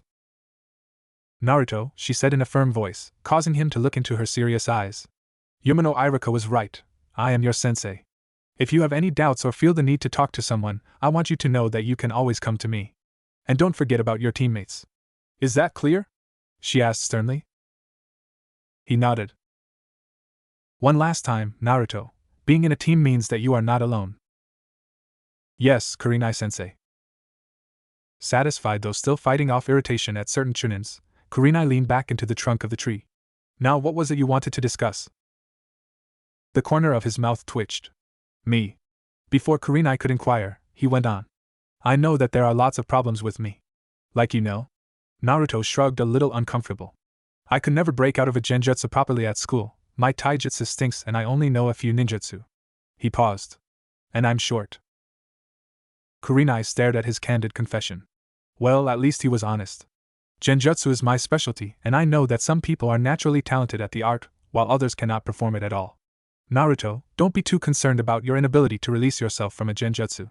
Dispelling and casting are two different things. Naruto sat up straighter. So you're saying I might be able to do genjutsu? Like, actually do it? As much as she hated to put her foot down on the boy's hopes, Kurenai did not want to encourage him to take down the wrong path. With some difficulty, yes. Seeing him frown at difficulty, the Jounin explained. Genjutsu relies on acute manipulation of chakra. With your enormous chakra reserves, you would barely feel the drain, and therefore would distort the illusion. Although Naruto could not honestly say that he had understood everything, he managed to pull out his sensei's primary implication: it's better off if you don't specialize in Genjutsu. Sakura would be suitable for Genjutsu, Kurenai said thoughtfully. She has very good chakra control. Naruto smiled. Sakura-chan's good at everything, he said ruefully. Not entirely, Kurenai disagreed. Like you, Sakura needs to reinforce her taijutsu. Once I find a suitable tutor, the two of you will be training together under the same sensei. Brief joy at Sakura's future companionship rose, only to be forced back down when he digested the rest of Kurenai's words. You're not going to be the one teaching us? He asked, disappointed. My taijutsu is merely adequate, she said gently. Your skills would improve dramatically if you were under the tutelage of a taijutsu specialist. Naruto nodded, though still slightly let down. So who's going to be teaching us? A grimace pulled on Kurenai's pursed lips. Her appeal to Takara had not gone very well. She had planned to shoot down two birds with one stone. Naruto and Sakura would have a suitable teacher, and Takara would have an incentive to motivate her to do more with her life. Kurenai knew her old friend too well. Anything she tried would not faze her. But maybe a certain Uzumaki Naruto could. Feeling somewhat sly, Kurenai said, Naruto, listen up. He straightened with a grin. Hi! He barked. Do you remember the woman you met yesterday? He cocked his head. The hag? Kurenai cleared her throat. Yes. Her name is Yamane Takara. She is an old friend of mine. I asked her to tutor you and Sakura. By this point, Naruto was bouncing up and down on his branch, and Kurenai retracted her legs in case the bough snapped and fell. So what are we waiting for? He asked eagerly. When can we start? Takara no longer wishes to be associated with the shinobi kind, Kurenai said, feeling a spot of nurtured sadness rise. She refuses to teach you. What? She winced. Naruto, I think I can hear you perfectly fine without you shouting. He clamped his hands over his mouth. Sorry, sensei, he said, his voice muffled. Do you remember where Takara lives? Naruto cocked his head for a moment. I can ask Kiba, he said finally. I want you to talk to Takara and, if possible, convince her to oversee your taijutsu. I can do that. I know you can, she said, giving him a small smile. Then her expression became serious. If she insists on refusing, I want you to know when to stop. Forcing others to do something they don't want to do will only cause both sides pain. Do you understand? Hi. I'll be good. Kurenai hid a smile. Despite his intentions, she wondered how good Naruto could be. Is there anything else you would like to discuss? He thought for a moment, and shook his head. No. Then let's get down to the ground. Kiba and Sakura should be here soon. They had to wait only a few minutes. Kurenai curiously noted that Kiba had allowed Sakura to borrow Akamaru. The Jounin knew from experience that Inuzuka clansmen were fiercely loyal to those that earned their friendship. The knowledge that Kiba would look out for his teammates brought with it a certain comfort. Kurenai was relying on him to act as a leader figure. Naruto would also suffice for the role, but he had to learn to be silent and observe before he was suitable. Both the boys were competitive, and Kurenai found herself hoping that it would not come to blows. A quick debriefing followed. The newcomers looked inquisitively at Naruto when Kurenai told them that he had something to explain to them. Naruto was momentarily unsettled by the attention but quickly overcame it, and relayed the message with surprisingly accuracy, albeit minced with his own interpretations. After informing her students to report to the current training ground each morning, Kurenai set Kiba and Naruto on a taijutsu spar against each other. Sakura stood with Kurenai by the sidelines. The Jounin watched the match and analyzed the two combatants. Naruto was accustomed to stealth and the ability to avoid pursuers, and this seemed to put Kiba's patience to test. The blonde's unpredictability allowed him to constantly put his opponent on guard, but being more experienced, Kiba managed to maintain the upper hand. Watching Naruto grin as he rose after being knocked to the ground, shaking his head, Sakura found herself doubting his nature. He wasn't very different from Kiba, if she thought about it. The realization frustrated her. She couldn't even come to terms with her own judgment, and she expected herself to be able to work with these people for years to come. Kurenai-sensei? She asked tentatively, looking up at the Jounin. Yes, Sakura? The tone in Sakura's voice reminded Kurenai of her previous discussion with Naruto. She wondered if she would once again have to play counselor. The girl hesitated. Oh, to hell with pride. Sensei, I think I'm not being particularly friendly to Naruto and, well, I don't know why. She shuffled uncomfortably from leg to leg as if awaiting punishment. Kurenai raised an eyebrow. It took courage to confess to something like that. Go on, she encouraged. It had felt like a good idea at the time, but Sakura already regretted speaking up at all. It was too late to pull out now. Well, whenever he fools around, I want to hit him. But lately I've been thinking that maybe, I don't even know the difference between what's stupid and what's not. It feels like I'm not even giving him a chance, and she bit her lip. And it doesn't feel like I'm treating him like a teammate. Kurenai watched the spar as she took a moment to absorb her student's words. Naruto was having the worst possible time landing a blow, but he was barely winded, whereas Kiba was starting to slow down. Do you know why you feel that way? Naruto seems to like you very much, she said lightly. Sakura blushed, and she twisted the hem of her dress. I thought it was his crush on me at first, she admitted. I thought that was why he was so annoying, but then I thought that it wasn't right. She paused. I mean, I like Sasuke and I know I annoy him sometimes, but he doesn't hit me when I'm drooling over him. She did not realize that she had said it aloud until Kurenai chuckled. Very perceptive, the Jounin noted. Sakura turned bright red and lowered her head to the point that she could see her chin. Sakura. She hesitantly raised her head to see Kurenai's kind smile. As sensei? What do you think of Naruto? What I think? Sakura watched him sweep a low kick at Kiba only to look up a moment later in time to catch a mouthful of the latter's foot. He landed heavily on his behind. He's an idiot, she said slowly. But he's not too bad. He wanted to treat us to ramen this morning. Did you accept? She lowered her head again. Not today. I was really dirty after the run and I wanted to take a shower before training. But I told him that he could treat us tomorrow, because he looked kind of sad. Kurenai nodded. That was very considerate of you, Sakura. But sensei, why does everyone hate him? Yesterday at the restaurant. Thankfully at that moment Kiba was knocked back by a solid kick from Naruto, and it gave Kurenai an excuse to avoid answering Sakura's question. She called for the end of the match. Naruto was panting hard, but he looked very satisfied and was grinning. Kiba ruefully brushed himself off and offered to pull the shorter boy to his feet. Kurenai sparred briefly with Sakura to allow the boys to rest. When the pink-haired girl appeared to be winded, which did not take long, the Jounin allowed her to join her teammates on the sidelines. Sakura eventually pulled out a small bag of sweets and divided them up among the 3 Genins and Akamaru. She smiled a little when they enthusiastically thanked her. Watching them, Kurenai knew that Sakura did not hate Naruto. Many children's attitudes toward Naruto were influenced by that of the adults around them. The older generation of Konoha wanted the young demon container dead, but as that was a crime in itself, they resorted to subtle forms of abhorrence behind the boy's back. The children had picked up this resentment from their parents' disapproval, leaving Naruto friendless. Sakura would have to learn to deal with her own judgment, and not follow those already set out for her. Kiba seemed impartial, but Kurenai knew better than to think that he did not dwell deeply on his thoughts. Books should not be judged by their cover. When Team 8 reported to the Hokage Tower for a mission, Naruto and Kiba boldly refused to hunt for Tora the cat again. Amused, Kurenai let them have their way. Sharing her teammates' sentiment, Sakura negotiated with the Chunin on duty for another mission. She and the boys collectively decided on a mission to repair a bridge. The overpass had collapsed a couple of days ago, and a group of housewives complained that there was not enough space for everyone to wash their clothes on only one side of the stream. Kurenai inspected the bridge upon arriving.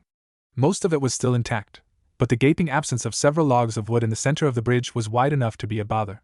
The structure was fairly simple, a mass of logs bound together by several ropes and suspended above the running stream. They would need to cut down a tree or two. This is gonna be easy, Naruto boasted, and leaped over to the other side. Let's get started already.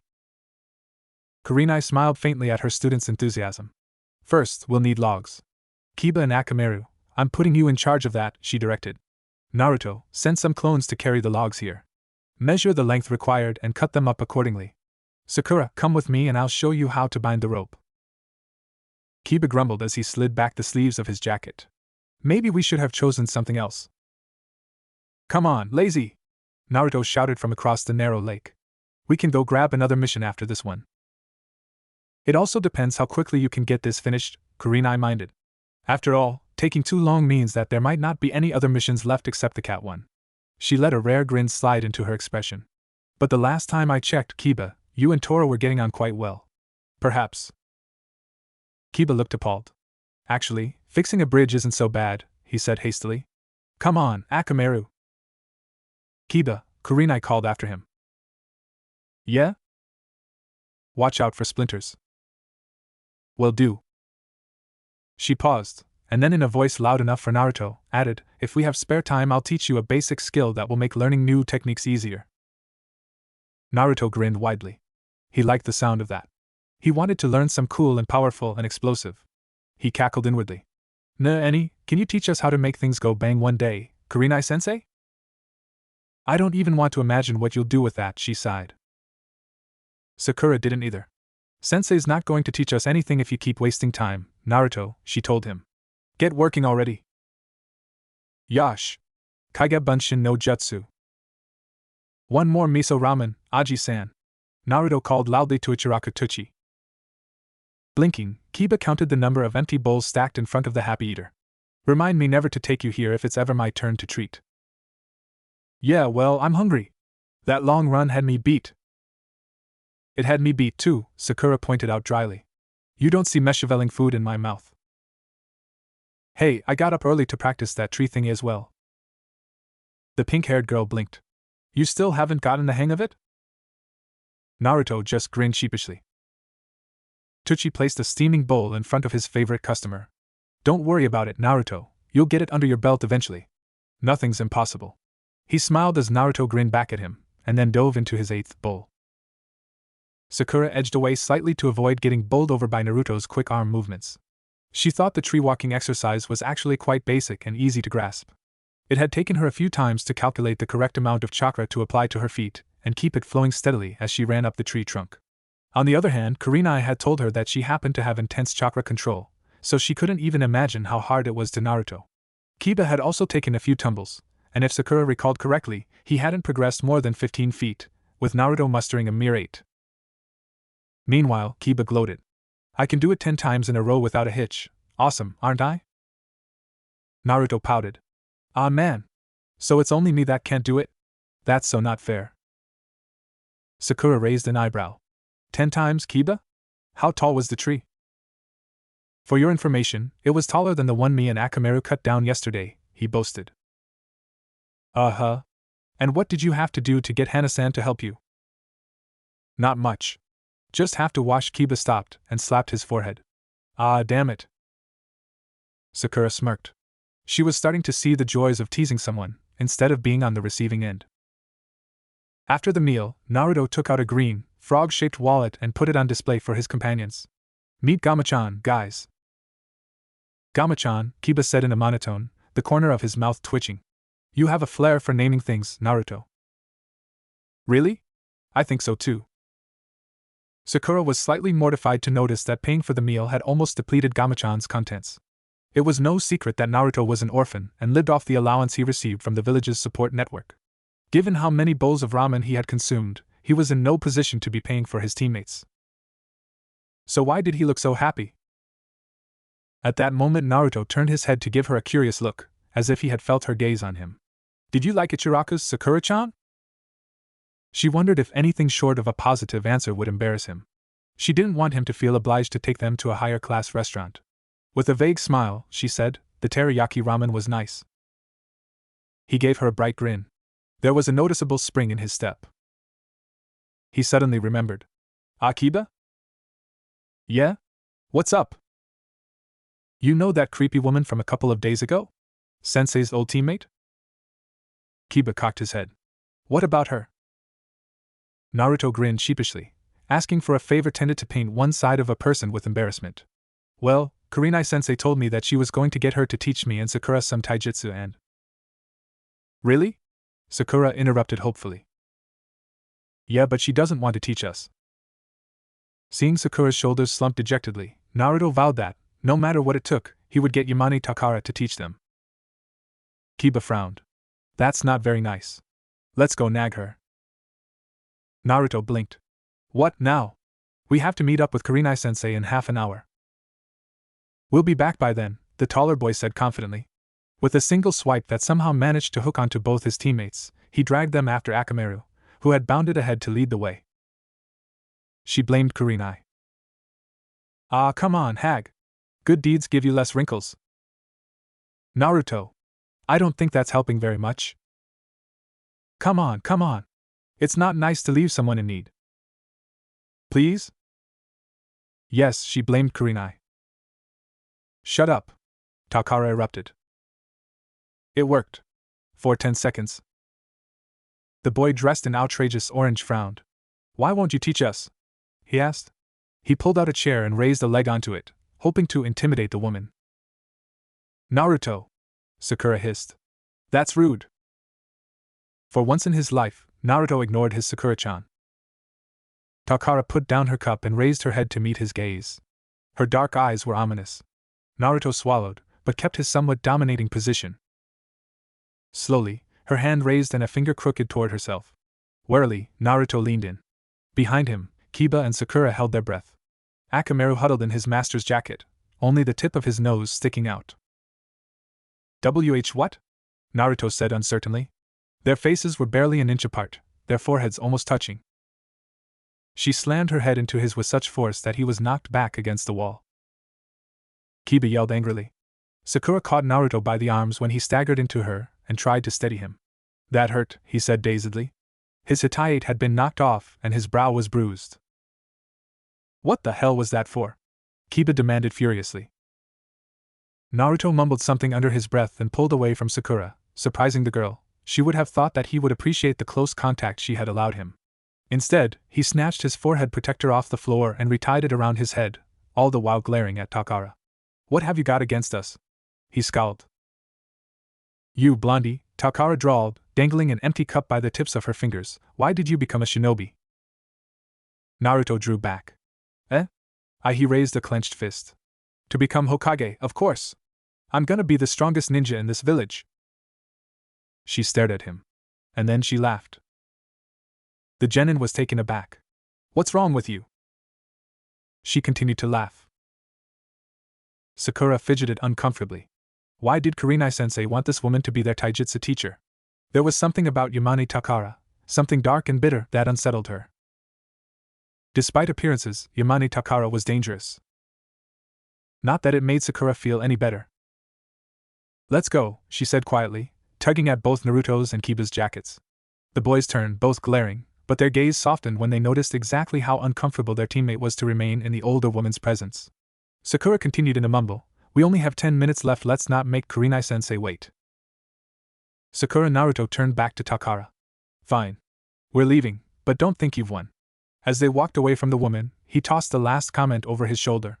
You're just scared to teach the future Hokage. Takara blinked, but he was gone. What, you scared, Takara? Her eyes widened as Masura's voice echoed in her head. Grunting, Takara knocked the sake bottles off the table. They broke with a crash, chipped glass ricocheting into the dark corners. She dully watched one of the chipped cups spin on the floor. Silence had barely settled when Takara abruptly pivoted and sent her fist smashing into the wall behind her. The aged partition split with cracks, shaking the very structure of the building. Many heaving breaths later, Takara extracted her hand from the crater she had crushed and calmly bandaged her bloodied knuckles. Kurenai was skeptical when her genins arrived at the training ground, strangely subdued. She set the boys to the basic chakra control exercise she had showed them the previous day. As soon as she turned to Sakura, Kiba and Naruto raced competitively for the trees, and Kurenai knew she did not have to worry about them. She took her remaining student aside to the lake behind the clearing. From what she had seen, Sakura was ready to advance to the next stage. She demonstrated the walking on water exercise and supervised Sakura until she made progress. When she checked back on the boys, Kurenai did not know whether to be surprised or pleased when she discovered that Naruto had managed to reach one of the higher branches where he had still been struggling to get far off the ground only the day before. His mouth was closed in a grim, determined slash, and the Jounin noticed that Kiba frequently glanced at his teammate with an unreadable emotion in his eyes. It did not take a genius to come to the conclusion that something was bothering her team. Kurenai returned to Sakura to find that the girl was already rising off the water's surface. Only the hem of her dress had been soaked, and it appeared to be drying already. Kurenai leaned against one of the trees in the background and silently observed her student's progress. Sakura barely noticed the water lapping against her toes. The chakra exercise Kurenai-sensei had showed her was basically a more difficult variation of the tree-walking exercise. The main objective was to gather chakra at the feet and maintain the flow even against the water's roiling surface. It was surprisingly difficult. Her concentration was filled with holes. Her mind refused to turn away from the confrontation with Yamane Takara. Sakura was aware that, while her chakra control was above average, she did not particularly excel at anything else. Her only talent lay in Jinjutsu. Her arsenal of ninjutsu did not extend past academy level, and her taijutsu she didn't even want to start on her taijutsu. If she did not improve, could she even qualify as a kunoichi? Sakura. Kurenai's voice almost threw Sakura into the wavering arms of the lake. Shaken, the genin turned slowly to the shore. Why yes, sensei? Get off the water. Sakura frowned. Did Kurenai not think that she was capable? But then she checked her chakra reserves and discovered that they barely scraped the minimum. Mortified, Sakura padded carefully to land. She did not realize that she had exerted such a large portion of her chakra. The effect became painfully clear when she heaved herself onto the grass. Her legs buckled beneath her. A pair of hands gripped her shoulders, and Sakura looked up to see Kurenai staring down at her. That was dangerous, Sakura, the jounin said quietly. If I hadn't been watching, you would have suffered from chakra exhaustion and possibly drowned. Sakura winced. I'm sorry, sensei. I was distracted and didn't notice that her babble was cut off as Kurenai eased her to the ground and placed a cool hand on her forehead. Sakura felt her mind settle and remained down until she felt the burning in her hara ebb away. I think I feel better now, sensei. Kurenai helped her student sit up. I thought you would have had the common sense to monitor your chakra levels, she said wryly, a small smile touching her lips as the genin's shoulders fell with disappointment. It appears that I misjudged your abilities, Sakura. Would you rather spend more time on the tree-walking exercise? No, Sakura said quickly. Then, realizing that she had practically shouted her disagreement, she lowered her head and mumbled an apology. Kurenai raised an eyebrow. Sakura, I didn't think that I would need to tell you this the way I had to Naruto, but it seems that you don't understand my role as your jounin instructor. She blinked in confusion. What do you mean?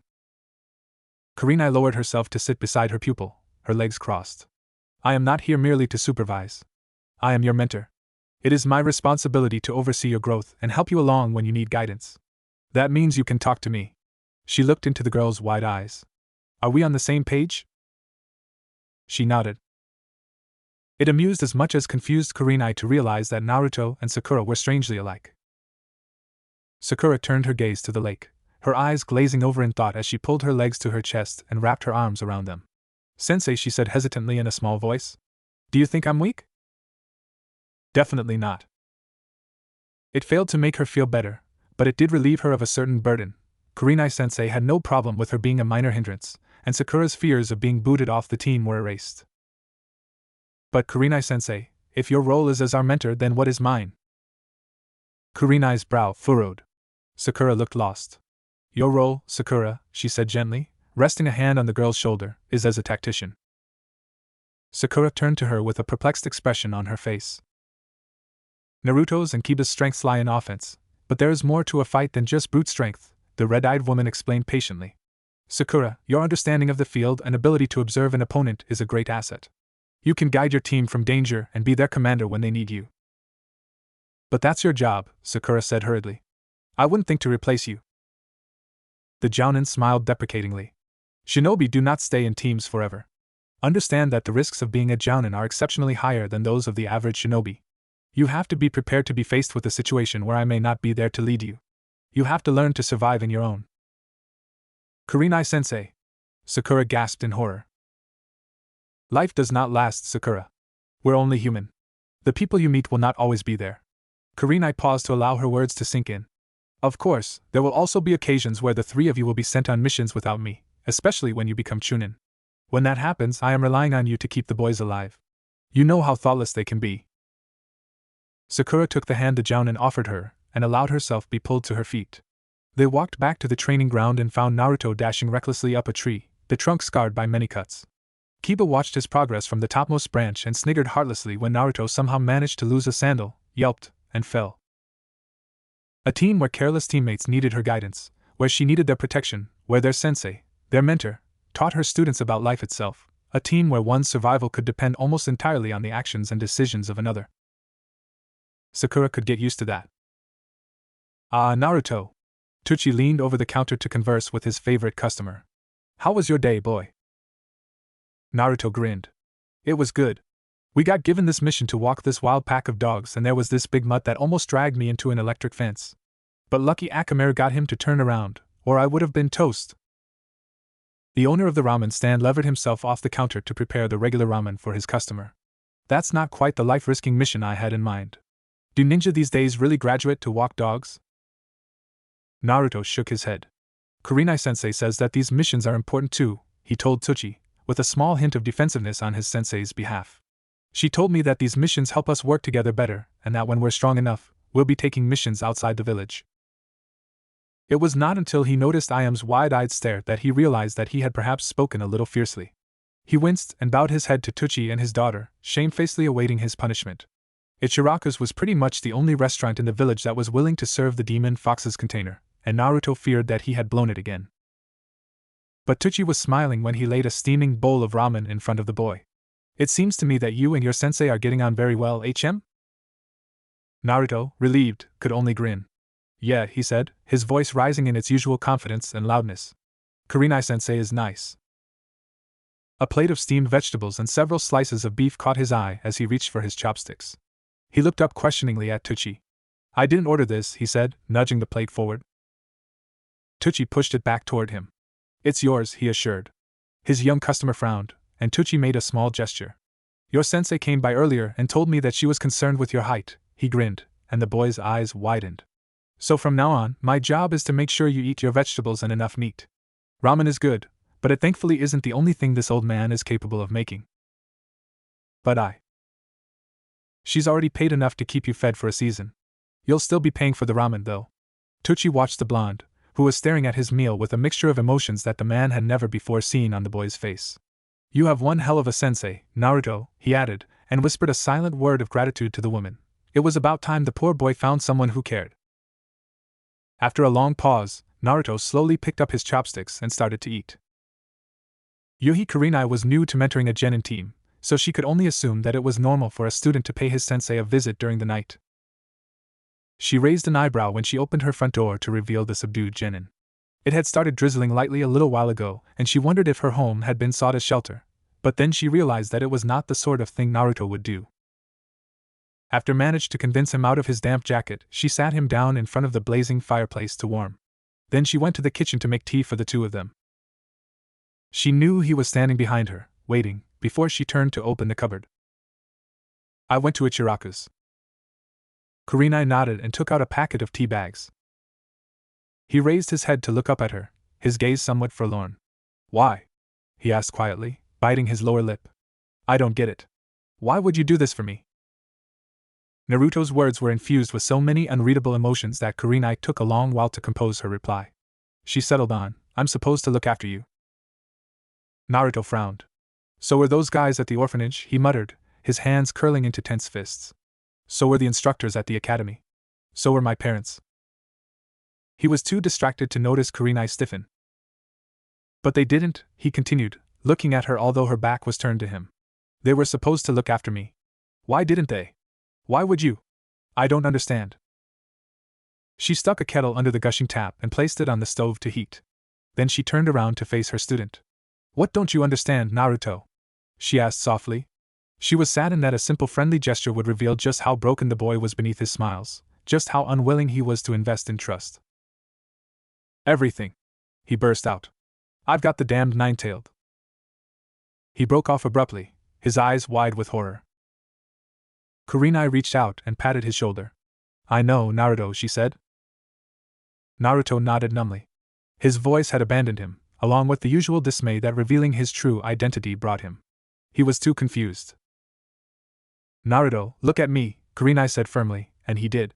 Some people hate you for what you imprisoned for their well-being. They are fools. They are shallow-minded fools who do not understand that the Yondaime was not the only hero that day. Awestruck, Naruto's mouth popped open. Do you consider me shallow-minded? He shook his head quickly. Of course not, sensei.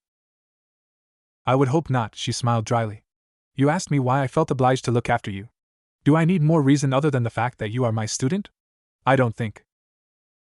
She never managed to finish her sentence, because Naruto chose that exact moment to fling himself at her and wrap his arms tightly around her waist.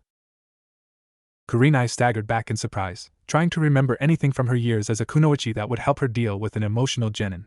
The only instinct she had to comfort the boy was to hug him back, one hand rubbing soothing circles on his back and the other gently ruffling the back of his hair. It seemed to be enough for Naruto, who suddenly felt like the little brother that she had never had. The kettle screeched somewhere behind them and Kurenai absently flicked it off, but the moment had already been disrupted. Naruto hastily pulled away, embarrassed beyond words. Then, when he hesitantly raised his gaze to see Kurenai's raised eyebrows and small smile, he carefully translated his expression into a shy grin. Over tea, Kurenai was regaled with his history of witty pranks, which she gently warned disapproval of. Embarrassed yet somewhat pleased, Naruto rubbed the back of his head and grinned. "How about you tell me how you found my address? I'm curious." "Oh, that was easy." Naruto sounded flippant. "I just had to ask Iruka-sensei. I saw before that he had this bunch of files about this year's genin teams, so I thought I'd ask him if I could see it." Kurenai raised an eyebrow. "And he let you?" Naruto sheepishly rubbed the back of his head, and it told her all she needed to know. He even cringed slightly, but he soon learned that the jounin was more amused than livid. So he quickly relayed how his immaculate disguise had allowed him to transform briefly into Yumino Iruka and enter the academy staff room. "They didn't catch you?" Kurenai was slightly baffled. For a genin to have fooled an entire room of chunin was rare. "Nope. I even sat down for half an hour and did some work for him," he said, grinning. "It would have looked weird if I went in, looked at some stuff and then went out again." Kurenai felt that she needed to see this for herself. "Show me your transformation jutsu, Naruto." Remembering the parting words of advice Iruka had given her, she added dryly. "Of your academy teacher. Nothing else." Naruto only grinned. He wouldn't have dared to try pulling off his Oiroke no Jutsu on Kurenai. He formed the hand seals and concentrated. Henge. Kurenai continued to blink long after the smoke had dispersed. Now standing on her doorstep was one Iruka Yumino, looking slightly disheveled as if he had just tamed a horde of little devils. He even had a slight tear in his vest to suggest that he had been a little slow to pick up his students' intentions during weapons class. A small, polite smile completed the convincing doppelganger. Kurenai was mildly impressed. Had she not been a genjutsu specialist, Naruto's impersonation would definitely have fooled her from a short distance away. If Naruto had decided to show up on her doorstep in this guise, she might not have recognized him right away. "I can see how you managed to trick the other teachers," she approved. Yumino Iruka vanished, to be replaced by a grinning Naruto. "You sure you don't want to see my other jutsu, sensei?" he asked cheekily. She stared pointedly at him. "Just joking. Sakura-chan would kill me if I used that again." Kurenai poured more tea into both of their cups. "Sakura came to talk to me yesterday. About you." Naruto looked surprised. "Me?" Then he stared down at his feet. "Did she say she didn't want to be on a team with me?" he mumbled. Kurenai blinked. That had come uncalled for. "No. Why would you think that?" "Well, I know she wanted to be on a team with Sasuke, and she was really mad when she realized that I was on her team instead. She's not happy about it, and she always hits me, so I thought, yeah." "I see. Have you realized that she is also bothered by her attitude toward you?" his sensei asked. "What does that mean?" Naruto frowned. Kurenai sighed. "Sakura is not hostile by nature. I would hazard a guess that she does not make quite as big a point of making fun of you when certain people are not nearby." "Like Sasuke," the genin said dryly. The stuck-up bastard was all Sakura would ever talk about when Naruto, on Kami's whim of luck, managed to strike up conversation with her. It was always Sasuke this and Sasuke that. Except for the occasions when Naruto managed to slip in an insult of the Uchiha in the midst of getting pummeled. Then it would be Naruto this and Naruto that, but even then it didn't last. Nodding, Kurenai continued to say, "Sakura told me that she feels that she is not treating you like a teammate."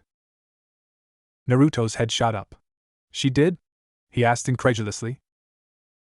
"Does that surprise you?" Kurenai did not wait for an answer she knew she would not receive. "I know that you have more potential than you let on, Naruto. You hide it by constantly drawing attention to yourself, but this in itself sometimes irritates those around you. Like Sakura, for example." She could see that her student was contemplating deeply on her words. "I understand why you want to impress others, but it might be time for you to realize that there are other ways to do that." Naruto fidgeted. He knew he wasn't in trouble, but it didn't lessen his discomfort any. Everything Kurenai had pointed out was true. Maybe he had unknowingly worsened the village's opinions of him. So what should I do, Kurenai-sensei? He asked finally, looking up at his mentor for the guidance that he knew she was so adept at providing. The Jounin put her cup down. You should act like yourself and not an idiot. You should know better than I do what attracts trouble and Sakura's irritation. You need to earn the respect. He nodded, eagerly filing away the advice. Kurenai paused to gather her thoughts, wondering how she should phrase what she was about to say next. Sensing that there was more to come, Naruto waited. She ultimately decided not to mince her words. Try not to hold Sakura's actions against her, she told him in a soft voice. I don't think I understand, Naruto ended up admitting after almost a minute of silence. Kurenai had expected him to. I believe you know of the third Hokage's lore regarding your prisoner, she said quietly. The tension in his jaw indicated that he did. His law prevents the public from discussing the demon inside you. It is only effective to an extent. There are many ways to reflect emotions without expressing them out loud. Many of the villagers who remember the incident 12 years ago have become parents. Although their children do not know the truth, they look toward the adults to set examples. Kiba treats you normally because his family do not discriminate you. Sakura comes from a family that possibly does. She has unconsciously picked up her parents' views. They are not her own. Naruto visibly winced. Don't worry, Kurenai-sensei. I'd never be mad at Sakura-chan for anything. Kurenai reached over and ruffled his hair, smiling. But you should also keep something else in mind. A relationship without disagreements will not last. You'll understand someday. Over the weeks, Team 8 fell into a routine of clearing 2 missions a day. Each morning was dedicated to briefings and training. At first, the idea of sitting through more lectures did not appeal to the genins, particularly the males.